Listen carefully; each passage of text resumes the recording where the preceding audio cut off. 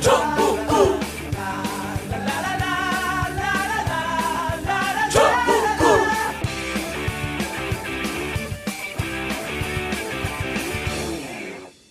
단 하나의 정통 정치 팟캐스트 정봉재 전국구 시작하겠습니다.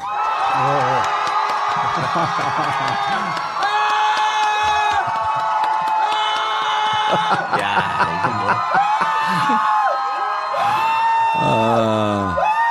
자, 오늘 함께 하실 분, 포털 최강욱 변호사. 네, 안녕하세요. 최강욱입니다. 감사합니다. 광화문이다, 광화문. 예. 박근혜는. 지난주에 예고해드린 대로, 오늘은, 가장 유력하고 강력한, 야권 후보죠. 문재인 전 대표 자리하셨습니다. 문재인입니다. 안녕하세요.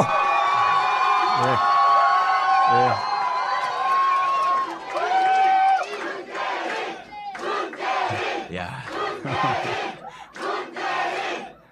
네, 보니까 사람이 사람으로 태어났으면 피선거권이 있어야 되겠다. 피선거권 없는 사람 하나 있거든요. 예. 너무 차이가 나네. 그런데 방송을 할 수 없을 정도로 지금 열기가 뜨겁습니다. 그러니까요. 예, 벙커 최대 수용 인원이 한 220명인데, 지금 얽히고 설키고 그래갖고 한 2,200명쯤이 들어왔어요. 그러니까 안까지 열기가 후끈후끈해요. 예, 더우시죠, 대표님? 그래요. 예. 맞습니다, 진짜. 대표님께서 좀 준비를 해오셨는데, 준비한 거는 저희가 절대 안 물어봅니다.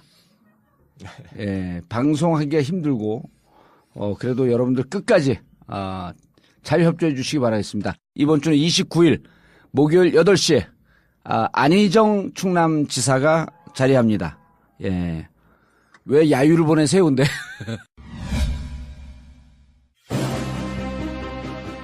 조기 대선 가능성이 높아졌습니다. 대선 승자 궁금하시죠? 누가 대통령이 될까요? 이 모든 문제의 답을 드릴 단 한 권의 책. 19대 대통령이 책으로 나왔습니다.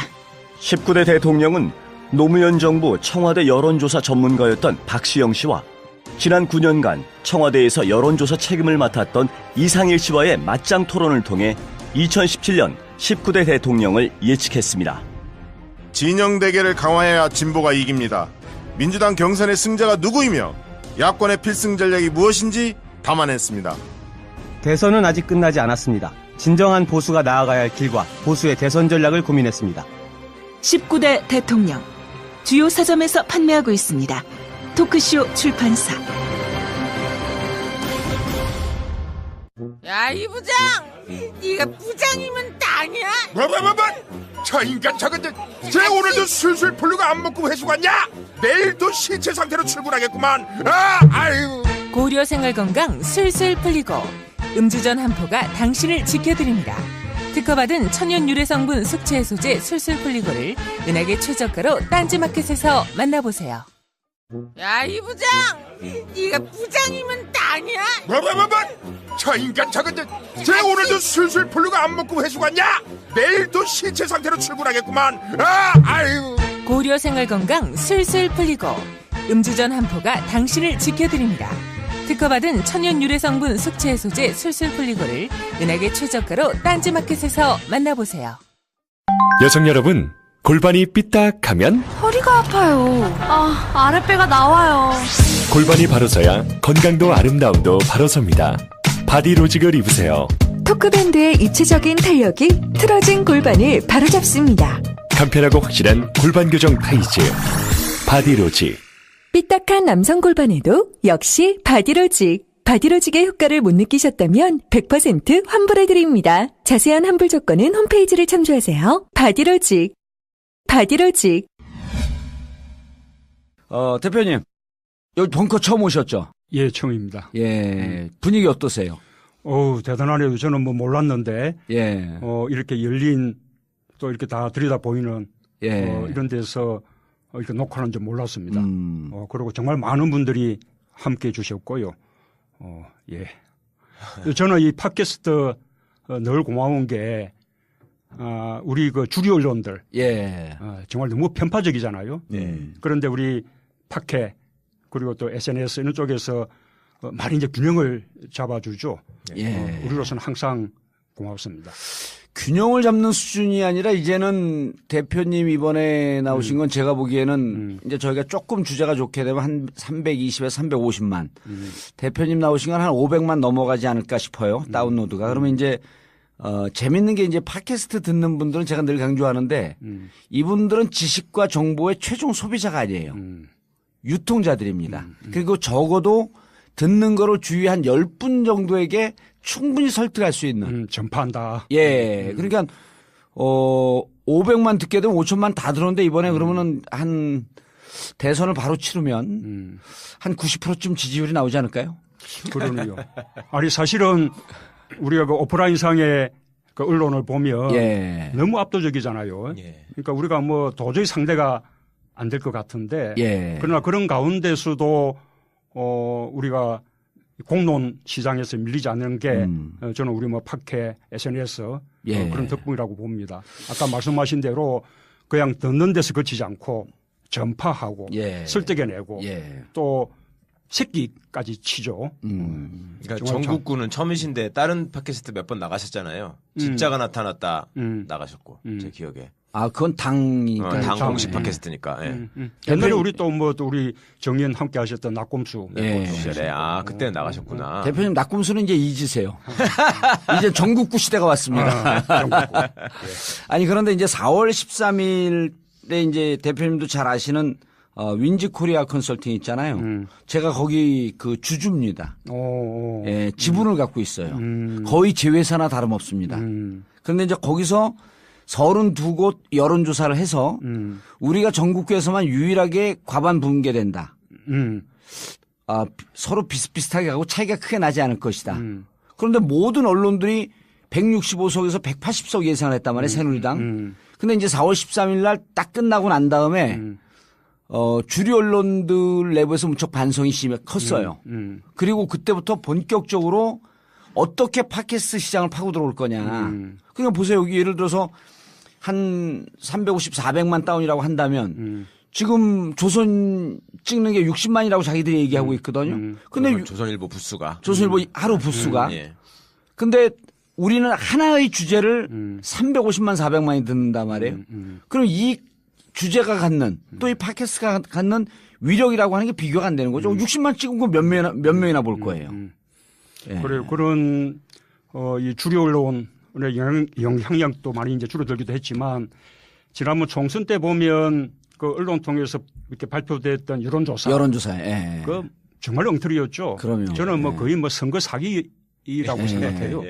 이제 대표님은 그 법률가니까 그렇게 점잖은 얘기인데 이죠.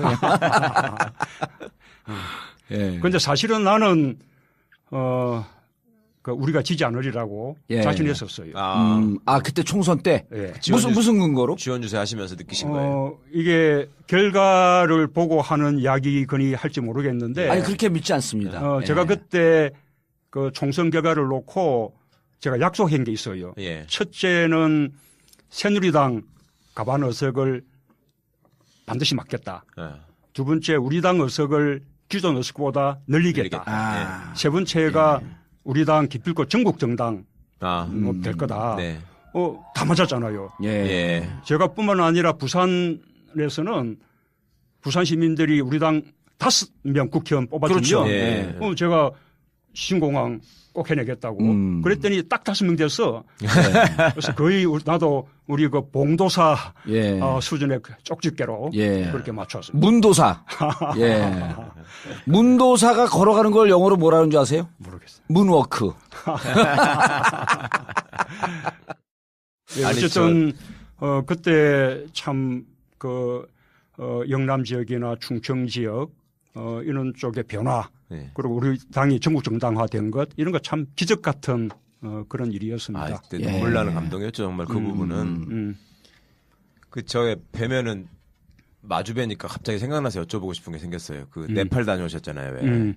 그때 가자마자 이거 안경 코가 빠져가지고 이렇게 난감해하는 거 제가 봤거든요. 난감하시는 거. 어떻게 구하셨어요 이거? 그냥 하나 없이 그냥 끼고 이 다니셨어요? 양반은 별걸 다 하고 평상시에 저하고 있으면 문재인 엄청 까거든요. 이거 보니까 문과였었네.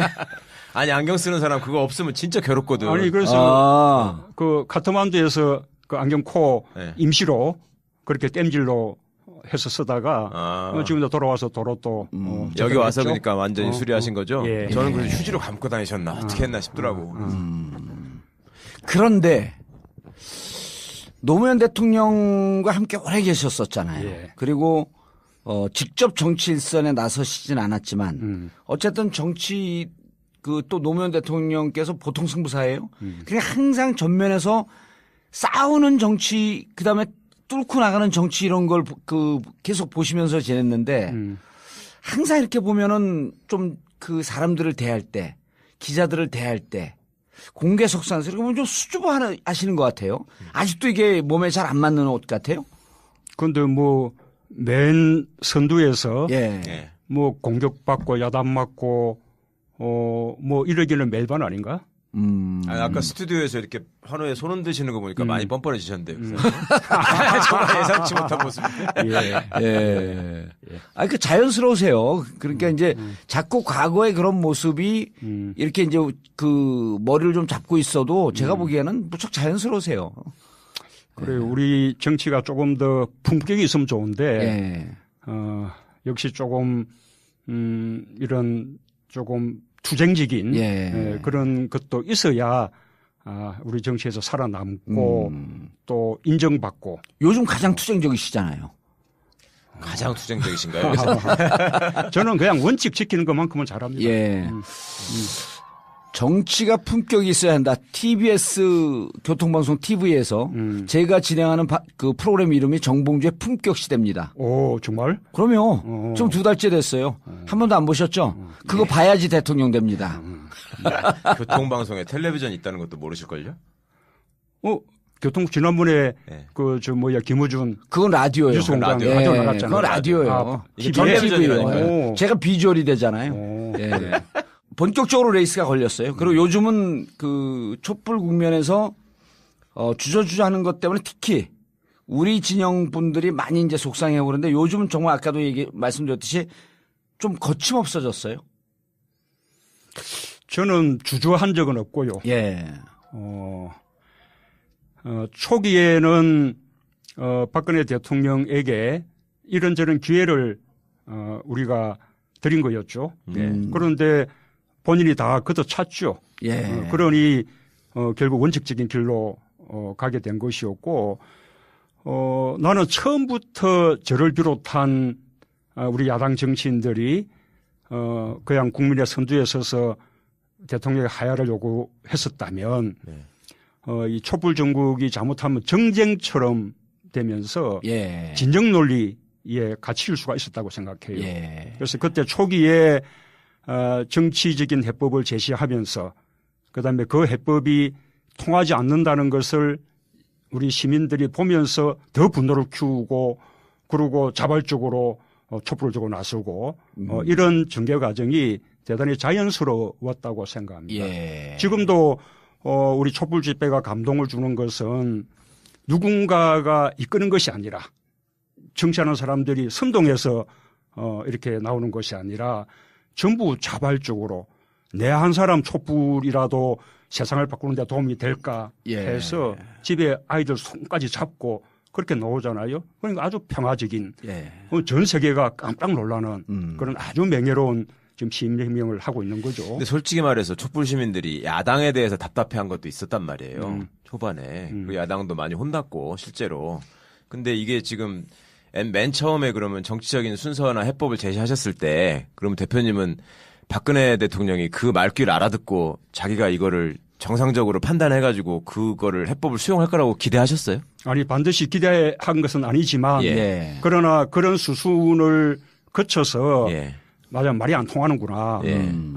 맞아 이제 좋은 말로 할 때 내려오시라. 그렇게 한 건데 그렇게 통하지 않는구나라는 것을 우리 시민들이 직접 다 보셨기 때문에 그다음에 이렇게 촛불 집회에 나가서 이게 나라냐 적각 퇴진하라라고 주장하는데 아무런 거침이 없게 된 거죠. 그런데 이제 저도 박지원 그 대표하고 정치를 오래 했는데 왜 유독 문재인 전 대표께서 말씀만 하시면 언론보다도 박지원 대표가 계속 쌍수를 들고 이 대거리를 하거든요. 쉽게 얘기해갖고. 왜 그런다고 생각을 하세요? 그 남자 섭섭한 거죠, 뭐. 지난번에 대표 떨어져서? 그것 때문에 그런다고요, 순전히? 박지원 대표를 너무 쪼잔한 사람으로 보시는 거 아니에요? 뭐, 어쨌든 지금까지는 그러고 난 이후에 또 경쟁하는 구도. 관계에 놓이게 된 거죠. 아니, 당이 다르기 때문에 우리 이제 더불어민주당과 국민의당이 야당의 자리를 놓고도 경쟁하게 됐고 호남의 지지를 놓고도 경쟁하게 됐고 결국 이제 그 시작이 그때 지난번 전당대회 때 당대표 경선으로부터 시작이 된 거죠.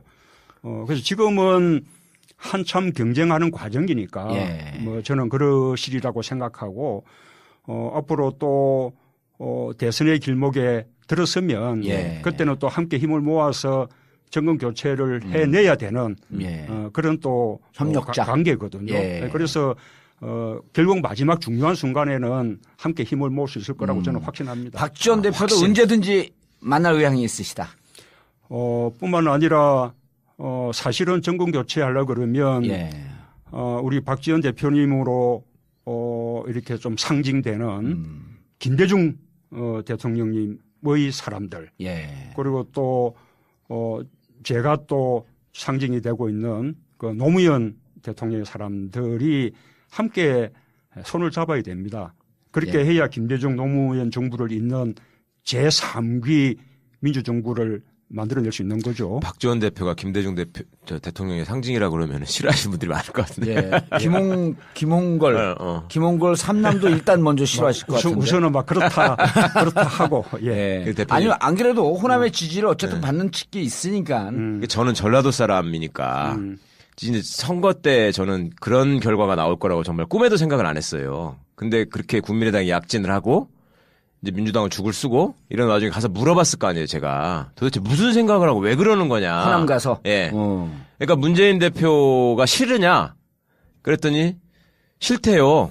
왜 싫으냐? 팩트를 얘기해봐라. 그러니까 뭐가 인사정책에서 홀대를 했다는 거야, 진짜로. 그리고 무슨 책에 나오는 그 무슨 호남 사람한테 옛날에 돈띠에 먹힌 게 있어서 뭐 서운해가지고 보복하셨다는 말 믿냐?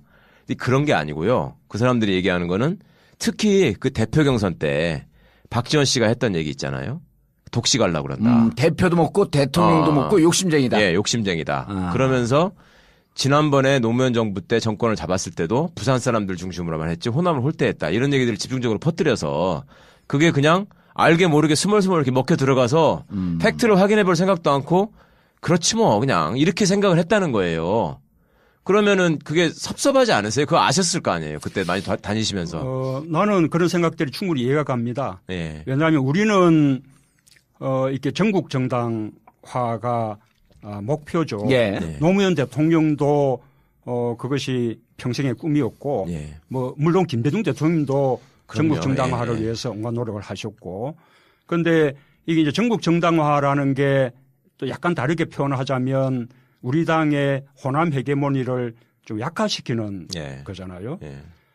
그래서 이제 호남 분들의 입장에서 보면 지금 다음 대선에 마땅히 호남에서 내세울 만한 그런 후보가 있는 것도 아니고 그런 후보군들은 대체로 또 영남 쪽에 영남 출신들이 많이 있는데 또 당권까지도 그러면 다 또 영남이 차지하느냐. 뭐 저는 그 심정이 이해가 갑니다. 처음에는 제가 당대권 불지라는 말이 무슨 이런 공학적인 주장이 다 있냐 그렇게 생각했는데 시간이 지나면서 그 말에 대해서 공감하는 그 호남 분들의 심정이 저는 이해가 갔습니다. 그 쉽게 말해서 나눠 먹게 하자는 거였잖아요, 그때는. 그러기도 하고 아무리 그랬어도 우리 당이 또 호남으로부터 신뢰를 받고 있었으면 그런 말이 흔들리지 않았을 테지요. 그러나 또 호남에서 우리 당은 오랫동안 기득권 정당이었죠. 그러고 과연 더불어민주당으로 정권 교체가 가능하냐라는 것도 그동안 여러 번 선거를 져오면서 회의가 생기기도 했고 그래서 호남에서 다른 대안을 좀 찾았던 거죠. 그러나 새누리당을 선택한 것은 아니었거든요. 야권 내에서 다른 대안을 찾았던 것이기 때문에 저는 또 대선에서는 또 다른 선택을 하실 거라고 함께 할 생각합니다. 수 있다. 그때 당시에 보면요. 찍었는데. 2015년 2월 당대표 선거 아니었습니까? 저는 이제 개인적으로 정치를 오래 한 사람들, 이 정치 공학에 빠지는 것을 좀 경계하는 사람들이 그때 무슨 걱정 때문에 사실 박지원 대표가 안 된다라고 주장을 했었냐면 그 이후에 이제 그때 되는 당대표가 공천권을 갖고 있잖아요.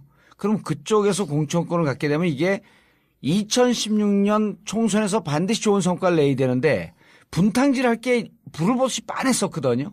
그런 생각은 안 하셨나요? 왜 대표가 꼭 돼야 된다고 생각하셨어요? 이제 저는 그렇게 생각하지는 않고요. 예. 제가 이제 이 점이 박지원 대표님에게 아주 미안한 대목인데, 박지원 대표님은 오랫동안 당대표를 꿈꾸셨거든요. 예. 네. 그런데 그때 전당대회가 결국은 총선을 또 앞두고 있고 이번 대선을 예. 또 좌우하게 되는 그런 그렇죠. 전당대회거든요. 그러니까 박지원 대표님 대단히 정치적으로 유능하고 또 김대중 대통령을 모시고 했던 분이지만 자꾸 우리 정치가 새로운 면모를 보여야 되는데 네. 그것은 그분의 생각하고는 무관하게 국민들이 볼 때는 그냥 옛날 정치로 보이지 않습니까? 예. 지금 한쪽에서는 자꾸 새 정치 하면서 이렇게 이 야당의 정치에 도전을 해오고 있는 마당인데 네. 그럼 우리도 새로운 면모를 보이려면 달라져야 되는 거죠. 예. 그래서 그때 당대표를 이렇게 나선다는 게 저로서는 굉장히 위험 부담이 큰 일이었고 그것이 독배가 될 것이다. 그렇게 말도 하는 사람들이 많았었는데 저는 우리 당을 새롭게 혁신해 내지 못하면 정권 교체 희망 없다. 예. 그렇게 생각했던 거죠. 그때 총선에서 이제 국민의당이 거의 호남 싹쓸이를 했고요. 그리고 이제 지금도 민주당, 더불어민주당과 국민의당 호남 지지가 엇비슷하게 나오니까 그러니까 이제 더불어민주당은 호남 지지가 많이 올라갔고 국민의당은 좀 빠진 거 아니에요? 그래도 어쨌든 더불어민주당은 호남의 전통적인 자기 고유의 지지층, 즉 집토끼가 있는데 호남에 대해서 뭐 특별한 전략이 있으신가요? 우선은 아까 그런 어려움을 겪긴 했지만 예. 그러나 지금 우리 당 바라보면 과거의 때보다 그래도 국민들로부터 지지받고 또 탄탄한 그런 정당이 되어 있는 것 아닙니까? 예. 저는 그것이 제가 당대표를 했던 보람이라고 생각하고요. 호남은 여전히 우리 야당에게 중요하죠. 예. 대한민국 민주주의의 본산이기도 하고 또 우리 야당의 본산이기도 하고 그러니까 우리가 호남을 어떻게 공략한다 이런 표현들은 맞지 않고 예. 우리가 호남의 인정을 받고 지지를 받으려는 노력을 우리가 더 열심히 해야죠. 또 한편으로는 더불어민주당이 결국 정권 교체의 중심이 될 수밖에 없구나. 또 더불어민주당이 정권 교체 해내겠구나. 예. 이런 이제 신뢰를 주면 저는 또 호남에서도 또 우리 더불어민주당을 인정해 줄 것이라고. 그러니까 요즘 그렇게 점점점 인정들 해주고 계신다. 예. 그런 느낌을 갖습니다. 그러니까 이성적으로 뭔가 논리적으로 얘기하시는 분들은 그런 얘기를 하더라고요. 그러니까 결국 더불어민주당에서 대통령을 배출하고 정권을 담당할 것이라는 확신이 들면 호남은 올 것이다. 반드시 옛날로 예. 다시 돌아간다 하는 얘기를 하는데 결국은 이제 그런 믿음을 얼마큼 주느냐에 달린 것이고 또 그만큼의 책임이 또 그만큼 있으신 거죠. 계속 앞서 달리시니까. 일각에서 문재인 그 전 대표께서 대선 레이스에 가면서 정치인들을 좀 갈라치게 하는 것 아니냐라고 하는 우려의 시각이 있어요. 뭐냐면 원로들을 좀 만나기를 싫어하고 좀 구정치인이라고 좀 이렇게 그 옆으로 치워놓은 거 아닌가 그런 지적들이 있거든요. 원로들을 좀 보세요. 그러면요. 예. 제가 뭐 원로들은 뭐 잘 모시려고 노력을 하죠. 지금 뭐 우리 김원기, 임채정 예. 우리 당 내에 원로 뭐 분들에게는 말할 것도 없고 뭐 국민의당으로 가신 원로 뭐 건노갑 고모님 이런 분들께도 인사는 드리고 있고요. 예. 제가 이제 여의도 정치의 어떤 뭡니까 방식 예. 그런가 하고 조금 다를 수 있죠. 예, 조금 그러나 그렇죠. 네, 다르시죠. 예, 뭐 또 여의도 정치의 방식을 좀 벗어나야 된다고 생각하는 사람이기도 하고 예. 저는 우리 정치에서 여의도가 중심이긴 하지만 그러나 여의도보다는 저는 또 오히려 뭐 국민 속으로 또 국민들과 함께 그렇게 해야 된다고 생각하는 그런 사람이어서 예. 상대적으로 뭐 여의도 내의 스킨십 이런 부분들이 과거보다 못하다 그렇게 생각할 수는 있는데 그러나 뭐 마음은 예. 뭐 그렇지 않습니다. 예. 근데 국민과의 스킨십도 예를 들면 꼬마들 입장에서 저희 동네 꼬마들을 봐도 이렇게 대표님 사진을 보면은 굉장히 좋은 할아버지 같다라는 얘기를 해요. 4살, 할아버지? 3살짜리들이. 할아버지죠. 흰머리가 있으시니까. 당신도 애들한테는. 할아버지야 그럼? 아, 나한테도 그럴 수 있지. 뭐 우리 정의원도 뭐 만만치 않은 사람 나이. 나이 많죠. 그리고 이렇게 또 현장에서 이렇게 사진 찍는 모습이라는 걸 보면은 손자 생각이 나서 그러신지 그 애들하고 사진 찍을 때 표정이 확실히 밝으세요. 그런 걸 느끼는데 일반 사람들은 문 대표님한테 접근하기가 예를 들면 노무현 대통령께서 갖고 계셨던 그 완전 서민적인 저 양반은 나하고 뒹굴 것 같다. 막걸리 먹고 저 양반은 뒹굴 것 같다. 이런 느낌은 좀 아니란 말이에요. 문 대표님은 뭔가 모르게 저 양반은 가서 잘못 말 걸으면은 상처받을 것 같기도 하고 내가 얘기했는데 맞장구 안 쳐줄 것 같고 이런 느낌이 있거든요. 그거는 인정 못 하시겠어요? 아니 그래도 좀 잘 안 맞아도 고발은 안 하잖아. 아니 근데 그런 경험이 있네요. 네. 그 제가 양산에 있을 때 광주 시민들이 맞아, 찾아갔었어요. 버스 한 대 동원해 대절해서 관광객들. 또 찾아오셨어요. 네. 한 40몇 분이 예. 다 저하고 모르는 분들인데 아무런 연락 없이 그냥 자기들끼리 술집에서 술 마시다가 한번 가보자. 그렇죠. 뭐 집에 없으면 어쩔 건데 예. 뭐 없으면 또 통도서나 보고 오지. 뭐 이렇게 뭐 이렇게 오셨다는 거예요.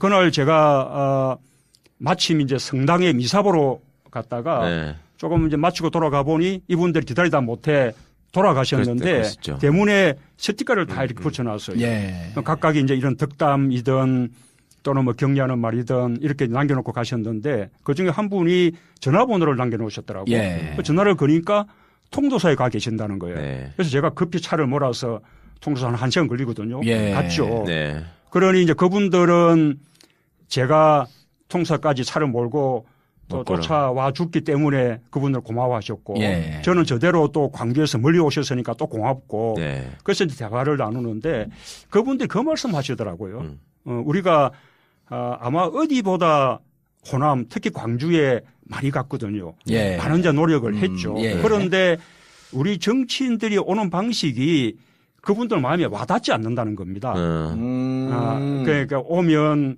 5.18 참배하고 또 뭐 행사 참석하고 시장에 한 군데 들리고 뭐 또 당 관계자들 만나고 이렇게 하면 다녀가도 아주 좀 의례적이고 상투적인 거 이렇게 같고 막 이렇게 체온이 느껴지진 않는다. 예. 그래서 그분들 말씀은 그런 거 다 간두고 그냥 와서 우리 같은 보통 시민들 그냥 만나. 소주 한 잔 먹고. 그래서 그러마 그래서 지난번에 한번 가서 또 그분들 광주 가서 만나서 소주 한잔 했죠. 예. 대표님 술 세시죠? 뭐 몇 잔은 하죠. 제가 알기로는 말술로 알고 있는데 저는.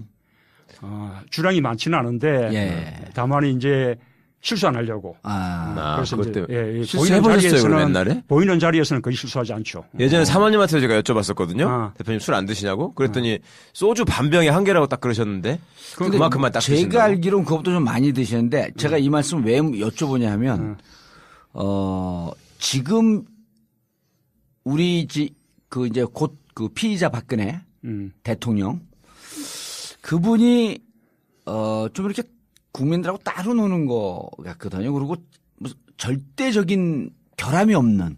근데 이제 21세기 리더십은 자기 결함을 대중들에게 꺼내놓고 내가 이렇게 결함이 많은 사람이니 여러분들이 함께 내 결함을 좀 치유하면서 좀 새로운 세상을 만들어 나가자.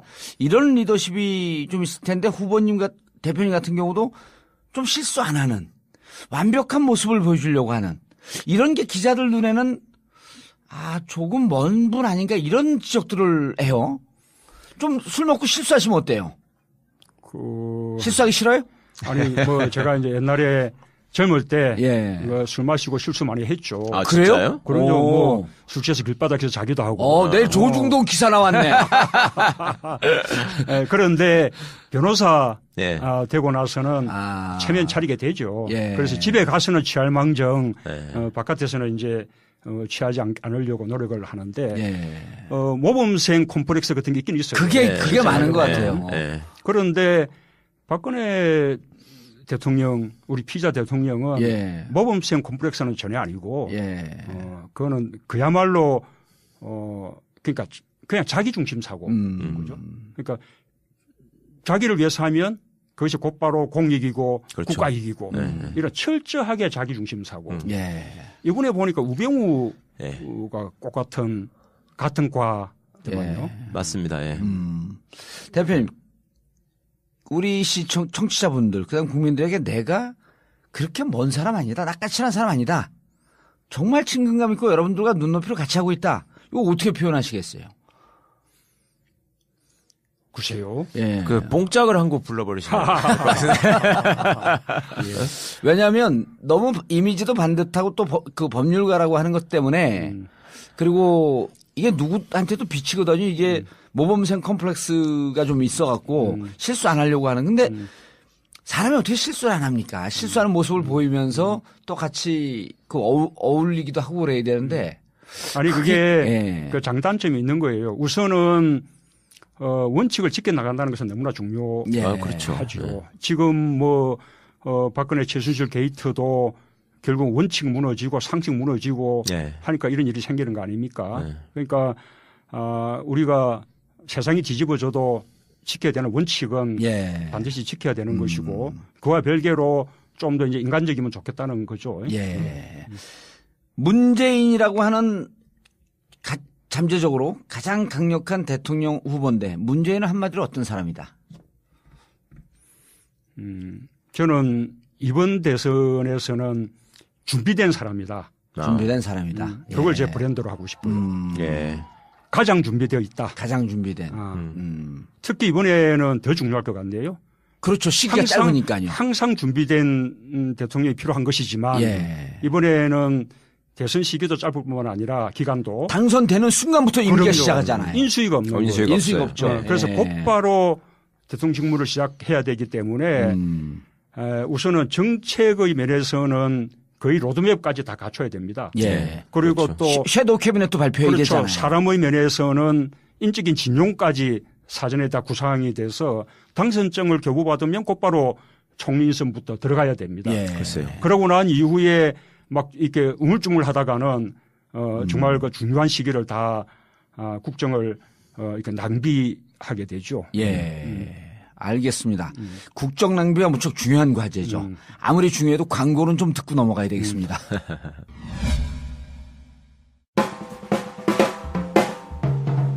신랑 신부님 결혼 준비하느라 걱정이 많으시죠? 결혼할 때 한복 어디 가서 하실지 정말 고민되시죠? 한복이라고 다 같은 한복? 절대 아닙니다. 멋과 품격, 가격도 착한 클래스가 다른 한복. 예본 한복. 전통 한복을 최고 수준의 장인의 솜씨로 제작하는 예본 한복. 무엇보다도 정직한 영업 마인드로 고객 만족에 다가가고 있습니다. 혼수 예복, 아동 한복 등 다양한 한복을 여러분이 원하는 대로 맞춤 또는 대여하실 수 있습니다. 올겨울 봉도사도 한복 입는다. 예본 한복. 상담 문의 02-511-7866 02-511-7866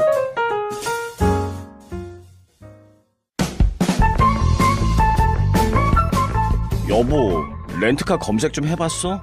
제주도에 렌트카 회사가 너무 많아. 얼마 전에 영란이네 부부 제주도 다녀왔잖아. 차랑 아기 카시트, 유모차도 한꺼번에 빌릴 수 있고. 그래? 무엇보다도 무척 깨끗해서 좋았다고 하더라고. 블로그, SNS 검색해보니까 반응 장난이 아니던데. 근데 이름이? 갤럭시 렌트카. 갤럭시 렌트카? 그럼 우리도 갤럭시 렌트카로 예약하자고. 실시간 시스템, 인터넷 또는 모바일로도 예약이 가능하고 모두 다 금연차입니다. 인터넷 검색창에서 갤럭시 렌트카를 검색해주세요. 제주도 대표 렌트카 갤럭시 렌트카. 제주 방문을 환영합니다. 문제입니다. 이어지는 대화를 듣고 답해주세요. 부동산 사이트 보고 빌라를 보러 갔는데 허위 매물이더라고요. 제가 본 빌라는 싸고 좋았는데요. 알고 보니 불법 건축물이더라고요. 큰일 날 뻔했어요. 친구는 미혼이고 저는 애가 있는데도 같은 빌라를 소개해주는 거예요. 구매자의 상황을 고려하지 않았어요. 자, 신축 빌라를 분양받을 때 피해를 보지 않으려면 어디로 가야 할까요? 정답! 빌라 상담센터요. 정답입니다. 신축 빌라 중개업체 허위 매물, 불법 구조물, 수요자를 고려하지 않은 매물 추천에 지치셨다면 허위 매물 보상 제도가 있는 빌라 상담센터로 오십시오. 전문가의 사전 상담과 무료 투어를 통해 내 집 마련을 도와드립니다. 인터넷에서 빌라 상담센터를 검색해보세요. 대표님, 탄핵 얘기를 안 할 수가 없는데요. 탄핵이 되리라고 생각하시나요? 헌재에서. 예, 저는 뭐 확신합니다. 언제쯤이요?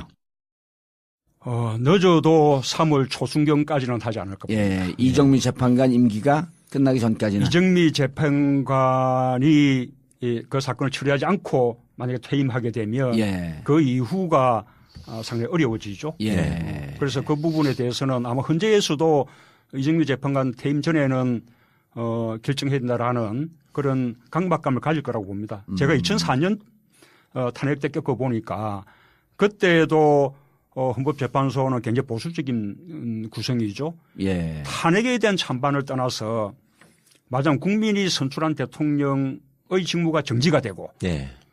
그런 어떤 권력의 정통성이 없는 사람이 대통령 직무를 권한을 대행하는 그런 어떤 비정상적인 상황을 그 비정상적인 상태를 최대한 빨리 끝내야 된다라는 예, 예. 강박이 헌재 내에 아주 깔려 있었어요. 예. 저는 뭐 지금도 헌법재판소는 최대한 빠르게 결정하려는 노력을 할 거라고 봅니다. 예. 그때 노무현 대통령 탄핵 심판할 때는 그 히말라야에 계시다 그때도 급고 돌아오셔가지고 대리인이셨잖아요. 그럼요. 예. 그때는 청와대 계실 때가 아니거든요. 예. 그때는 오히려 우리는 자신 있었기 때문에 우리는 조기에 끝내자고 그러고 예. 그다음에 그렇죠. 오히려 소추안 쪽에서 시간을 끌었었거든요. 예. 그런데 헌법재판소가 그렇게 시간을 끄는 여러 가지 신청들을 다 적절하게 기각을 했죠. 다 차단들을 하면서 상당히 조기에 예. 결정을 내려주었죠. 참 역사가 희한해요. 그때 김기춘이 소추하는 쪽이고 반대편 대리인 나래문 대표님이 계셨는데 그러게요. 2004년도에는 63일이 걸렸어요. 그리고 7차 심리가 진행이 됐고 근데 이제 많은 법조인들에게 견해를 물어보면 오히려 이번에 그 헌법 위반 5개, 법률 위반 8개지만 오히려 노무현 대통령 때는 피의자 신분도 아니었고 그 중립의무 위반, 선거법 위반 하나밖에 없었는데 오히려 그때는 간단한 것 같았지만 심리하기가 더 복잡했었다. 이번 같은 경우는 헌법 위반을 따지게 되면 보다 명백해진다라고 주장하는 분들이 훨씬 많거든요. 심리가 복잡한 것보다 예. 그때는 대통령의 탄핵 재판이라는 것을 처음 했습니다. 그렇죠. 룰이 아직 서 있지 않았어요. 네. 아하. 증거 조사는 어떻게 해야 되는지, 예. 증인은 어떻게 할 증거 건지. 능력은 예. 어떻게 되는지, 뭐 이런 룰들이 서 있지 않았기 때문에 그 룰을 논의하는 자기들 논의를 꽤 오랫동안 가졌거든요. 예. 근데 지금은 그 부분이 다 정립이 되어 있기 때문에 됐죠. 이제 그 시간이 필요 없죠. 그러고 탄핵 사유는 방대하지만 그러나 검찰 수사 기록과 특검 수사 기록으로 원샷으로 증명이 되는 것이기 때문에 그렇죠. 저는 이 탄핵 사유가 방대하다 해서 그 재판에 더 시간이 오래 걸릴 아무 이유가 없다고 봅니다. 1월 31일까지는 안 될까요? 그것도 저는 가능성이 있다고 봅니다. 아, 1월 31일도. 저는 뭐 예. 박한철 헌재 소장이 그런 욕심을 그래도 각지 않을까. 예. 그러나 내부에서 또 시간을 끌려는 또 책동도 있을 거거든요. 그래서 그거를 이제 도표낼 수 있을까. 여기 우리 최강욱 변호사가 멋진 말을 했어요. 메뚜기도 한철인데 박한철 소장은 이 한철을 잘 이용할 것이다. 법률가라면 예. 이거 이런 사건 자기가 하고 싶잖아요. 하고 싶죠. 결정하고 싶죠. 예. 우리 법률가들 네. 그 욕심 아니겠어요? 전 법률가가 아니어도 욕심이 나요. 대신에 예. 또 온몸으로 깨친 민주 변호사네. 예. 엊그제 제가 김현장에 있는 친구들을 만나서 밥을 먹었어요. 근데 박한철 씨가 헌법재판관 되기 전에 김현장에 잠깐 있었더라고요. 몇 개월 정도 근무를 했대요. 그래서 그 친구들이 박한철 씨하고 밥도 먹어보고 얘기도 해보고 이 양반에 대해서 어느 정도 지네가 판단하는 게 있어. 그래서 그 양반이 어떻게 생각할 것 같냐 그랬더니 지들은 100% 그 양반을 임기 안에 끝내고 싶어 할 거다. 1월 31일. 네. 그 사람이 굉장히 하고 싶어 할 거다. 예. 근데 이제 물리적으로 불가능하다면 모를까 그 얘기를 하더라고요. 그러니까 자기가 역사상 부정부패한 대통령, 헌법을 위반한 대통령을 친 예. 최고의 검사. 그리고 스스로 자기한테 어떤 그 기존의 검사한테 씌워져 있던 무슨 정치 검사, 예. 그다음에 뭐 그 이상한 짓 하는 검사 뭐 이런 이미지를 되게 싫어한대요. 본인은 그렇게 안 씌워지기를 바란대. 난 정치 검사 아니다. 네. 그래서 나는 굉장히 반듯하고 바른 사람이다라는 거를 보여주고 싶어 한대요. 그러니까 그런 성격이. 아니 내가 보면 이건 명예훼손도 아닌데 난 그분이 반듯한 사람으로 보이는 게 머리가 없는데 어떤 사람 가발을 쓰고 다니는데 이분은 그냥 다니잖아요. 종이 본 사람이에요. 속이고 싶지가 않은 거지 자기 자신을. 어쨌든 헌법재판소가 대통령을 탄핵하는 결정을 내린다. 예. 라는 것은 거의 뭐 100년에 한 번 그럼요. 예. 있을까 말까. 앞으로도 없겠죠 이제. 그런 계획이 없어야죠. 없어야죠. 예, 이번이 마지막이어야죠. 그래서 1월 31일까지도 그것도 가능성이 있다고 본다. 예. 지금 서두른 거 보면 뭔가 하고는 싶어해요. 엄청 서둘러요 지금. 그렇게 서두는 것이 당연한 것입니다. 왜냐면 그렇죠. 국정 중단이 오래되고 있잖아요. 이 국정의 공백이나 혼란을 최소화해야 되는 것이기 그럼요. 때문에 그래서 헌법재판소는 최대한 빨리 결정 내리고 예. 또 헌법도 그다음 대통령 선거를 60일 내에 빠르게 끝내도록 하고 규정한 게 예. 곧바로 이게 바로 국정 공백 혼란을 최소화하자는 것이거든요. 한 방송에서 60일이 너무 짧은 거 아니냐. 탄핵이 가결되면 60일 안에 선거를 치르게 되어 있는 헌법 규정인데 60일이 너무 짧은 거 아니냐라고 여러 차례 질문했는데 그때는 좀 왜 그렇게 망설였어요? 제가 좀 더듬었는데 예, 저한테 좀 원포인트 과외를 좀 듣고 가시지. 내가 가장 앞서 가는 거 아니냐. 그렇게 되면 맞으면 당신이 문재인이 가장 유리하지 않냐. 예. 이 점이 제가 자꾸 이제 걸렸던 건데 그러나 이제는 그런 계산은 필요 없다고 생각해요. 이것은 헌법이 정한 절차. 예. 아니 헌법 학자들이 그리고 오랜 유구한 헌법의 역사를 두고 60일을 맞는 건 이 시기가 어느 대통령이 또다시 나와야 된다라고 하는 절박성도 있겠지만 헌정 중단이나 혼란은 최소화할 수 있는 나름대로 계산된 시간 아니에요? 그 얘기를 왜 그때 안 하셨어요? 그때는 질문이 이 사임하고 탄핵을 함께 물은 거예요. 그러니까 탄핵의 경우는 일체 여지가 없는 것이지만 예. 예를 들면 사임의 경우에는 사임 시기를 조정하는 방식이 있을 수가 있는 거죠. 아하. 탄핵을 바로 물어본 게 예, 아니고. 예, 예. 그리고 이제 아까 원칙을 중시한다. 그렇게 말씀하셨는데 요즘 저희가 보기에는 저는 개인적으로 속이 시원한데 조중동은 이제 이것도 먹잇감을 찾았다라고 하면서 신이 났어요. 그 친구들도. 탄핵이 안 되면 이제는 혁명이다. 그 발언하셨고 만약 대통령 당선되면 북한을 먼저 가겠다. 이 두 가지를 갖고 이제 이른바 종북 프레임을 걸어갖고 좀 밀고 들어왔는데 무슨 뜻으로 하신 거예요? 일단 국민들은 이미 박근혜 대통령을 탄핵했죠. 탄핵했죠. 뭐 대통령으로 인정하지 않는 거죠. 맞으면 대통령에 대한 신임을 철회한 겁니다. 네. 헌법재판소나 국회는 뭐 따로 있는 것이 아닙니다. 예. 결국은 대의민주주의 제도화에서 국민들의 뜻을 대리하는 도구거든요. 그러면 국민들 뜻을 받드는 거죠.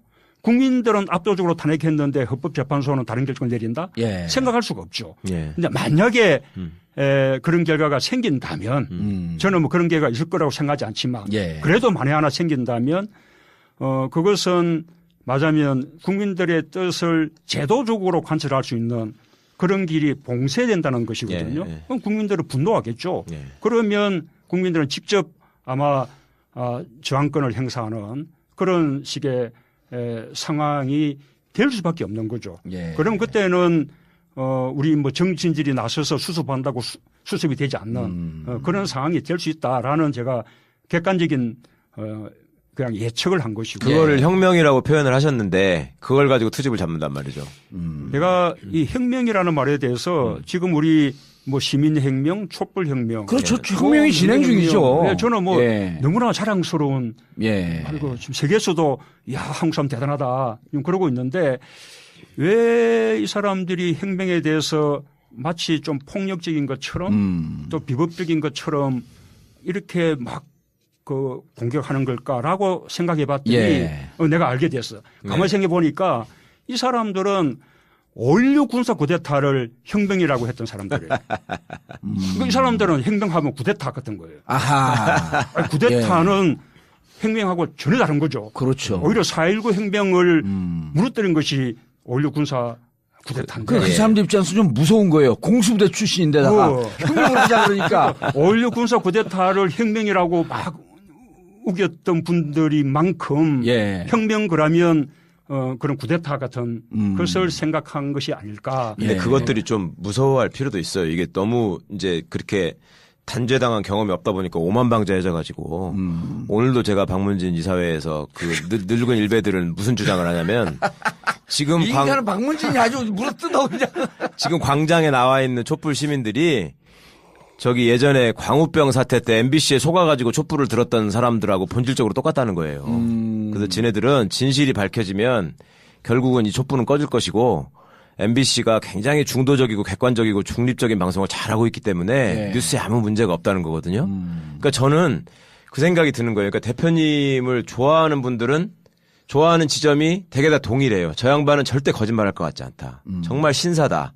정말 좋은 사람이다. 이런 얘기를 하는데 대표님의 약점을 얘기하는 사람들도 똑같아요. 불만을 얘기하는 사람들은. 그러니까 소위 고구마 사이다 논쟁이 있고 이재명 시장이 갑자기 확 지지를 얻고 했던 부분이 대표님의 부족한 부분 때문에 사람들이 돌아서거나 아니면 그 없는 부분을 채워주는 사람한테 열광한 면이 있단 말이에요. 근데 그게 그거란 말입니다. 그러니까 지금 시대는 국민들이 단지 대통령의 하야로 탄핵으로 이게 끝날 상황이 아니고 그간에 쌓여있던 대한민국의 적폐가 정말 이번 기회에 좀 다 털어지고 정말 새로운 나라로 새로 만들어졌으면 좋겠다는 생각을 하는데 문재인 대표님은 아무리 생각해봐도 세종 스타일이지 태종 스타일이 아니다. 우리는 지금 태종이 필요한 거 아니냐. 저 양반은 태평성대에 오셔가지고 뭔가를 시스템에 의해서 정말 바른 마음으로 올바르게 사심없이 하실 분이라는 걸 인정하는데 태종처럼 정말 마음을 먹고 나한테 좀 무슨 아픔이 있거나 손해가 오더라도 확 쓸어버리는 이게 가능하겠냐. 예. 처단할 건 처단을 하고 이거를 심지어요. 자칭 자기가 꼴통이라고 주장하는 육사 출신의 고급 군인 한 사람이 저한테 그런 얘기를 한 적이 있었어요. 자기가 그런데요. 네. 사실은 진짜 혁명을 한 사람은 세종이죠. 예. 네. 태종은 쿠데타를 했고요. 자, 어쨌든 방금 아까 우리 이재명 시장하고 네. 이제 고구마 사이다. 네. 그거 뭐 저는 뭐 재밌는 예. 이야기였다 생각하고 뭐 고구마 사이다 또 함께하면 좋죠. 예. 뭐 동치미 국물 있으면 또 더 좋고. 네. 우리 이번에 우리 그 후보 주자들이 저는 굉장히 자랑스러워요. 예. 아, 저희도 그렇습니다. 다 좋잖아요. 네. 나는 그럼요. 네. 이분들하고 경쟁하는 것만 해도 우리 정치가 한 단계 발전한 거라 생각해요. 예. 맞으면 이제 그 구정치로부터 조금 흘러내려서 예. 새로운 정치 일을 하는 사람들끼리 경쟁을 하게 된 거죠. 예. 그게 이제 발전 아닙니까? 그래서 우리는 뭐 당연히 치열하게 경쟁하겠지만 그 경쟁의 끝은 협력으로 끝을 내고 그래서 함께 힘을 모아서 정권 교체하고 예. 또 함께 힘을 모아서 국정 운영도 함께 힘을 모아서 하고 또 뭐 그러면 또 다음에 또 정권 재창출도 또 함께 힘을 모아서 하고 예. 우리가 5년 뭐 10년 만에 세상 못 바꾸잖아요. 예. 좀 우리가 길게 이렇게 세상을 바꿔 나가는 일들을 함께 할 수 있을 거라고 그렇게 생각합니다. 그 아까 이 북한 먼저 예. 그거 이야기를 꼭 해야 되는데 예. 그거를 이야기하자면 이런 거죠. 미국은 어찌 보면 우리의 오랜 친구 예. 친한 친구예요. 북한은 우리의 협상 대상이죠.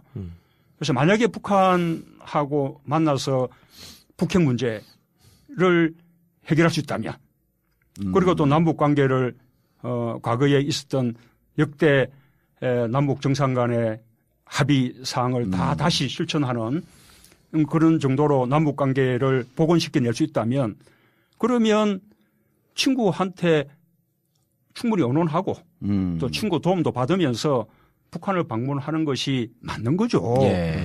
그런데 그것을 마치 그런 질문도 그렇고 그 질문에 대한 답변도 그렇고 마치 그것이 사상 검증이라도 되는 양 그런 데서도 미국을 선택하는 것이 옳은 것이냐 그런 것이야말로 정말 좀 도식적이다. 이해할 수 없는 거죠. 예. 사실은 애자네요. 그것들이 보기에 얼마나 뭘 프레임을 씌우고 싶은데 지네는 군대도 안 갔다 왔는데 이 양반은 특전사 출신이고 뭘 할 게 없는 거야. 그러니까 끼케야 한다는 말이 왜 뻑하면 북한을 좋은 것처럼 얘기하냐 뭐 이런 식으로 한번 물고 늘어져 보려고 하는데 이제 시민들이 그 수준은 넘어선 것 같아요. 이미 이제 그 꼼수는 다 본 것 같고. 방금 조금 전에 이제 최 변호사도 그 질문을 했는데 계속 이제 나오는 질문 중에 하나가 8주 동안 진행된 촛불 국면에서 지지율이 올라가지 않고 20% 초반에서 머물러 있었고 반면에 이제 이재명 성남시장은 급상승했고 10대 후반까지 갔었는데 저는 이제 그 여론조사를 같이 분석을 하면서 20%는 있지만 그 내부의 그 구성이 상당히 많이 바뀌었다. 그게 이제 보이거든요. 그리고 이제 그러니까 그 정체성을 분명히 하는 강성 지지자들이 많이 다른 쪽으로 빠져나갔단 말이에요.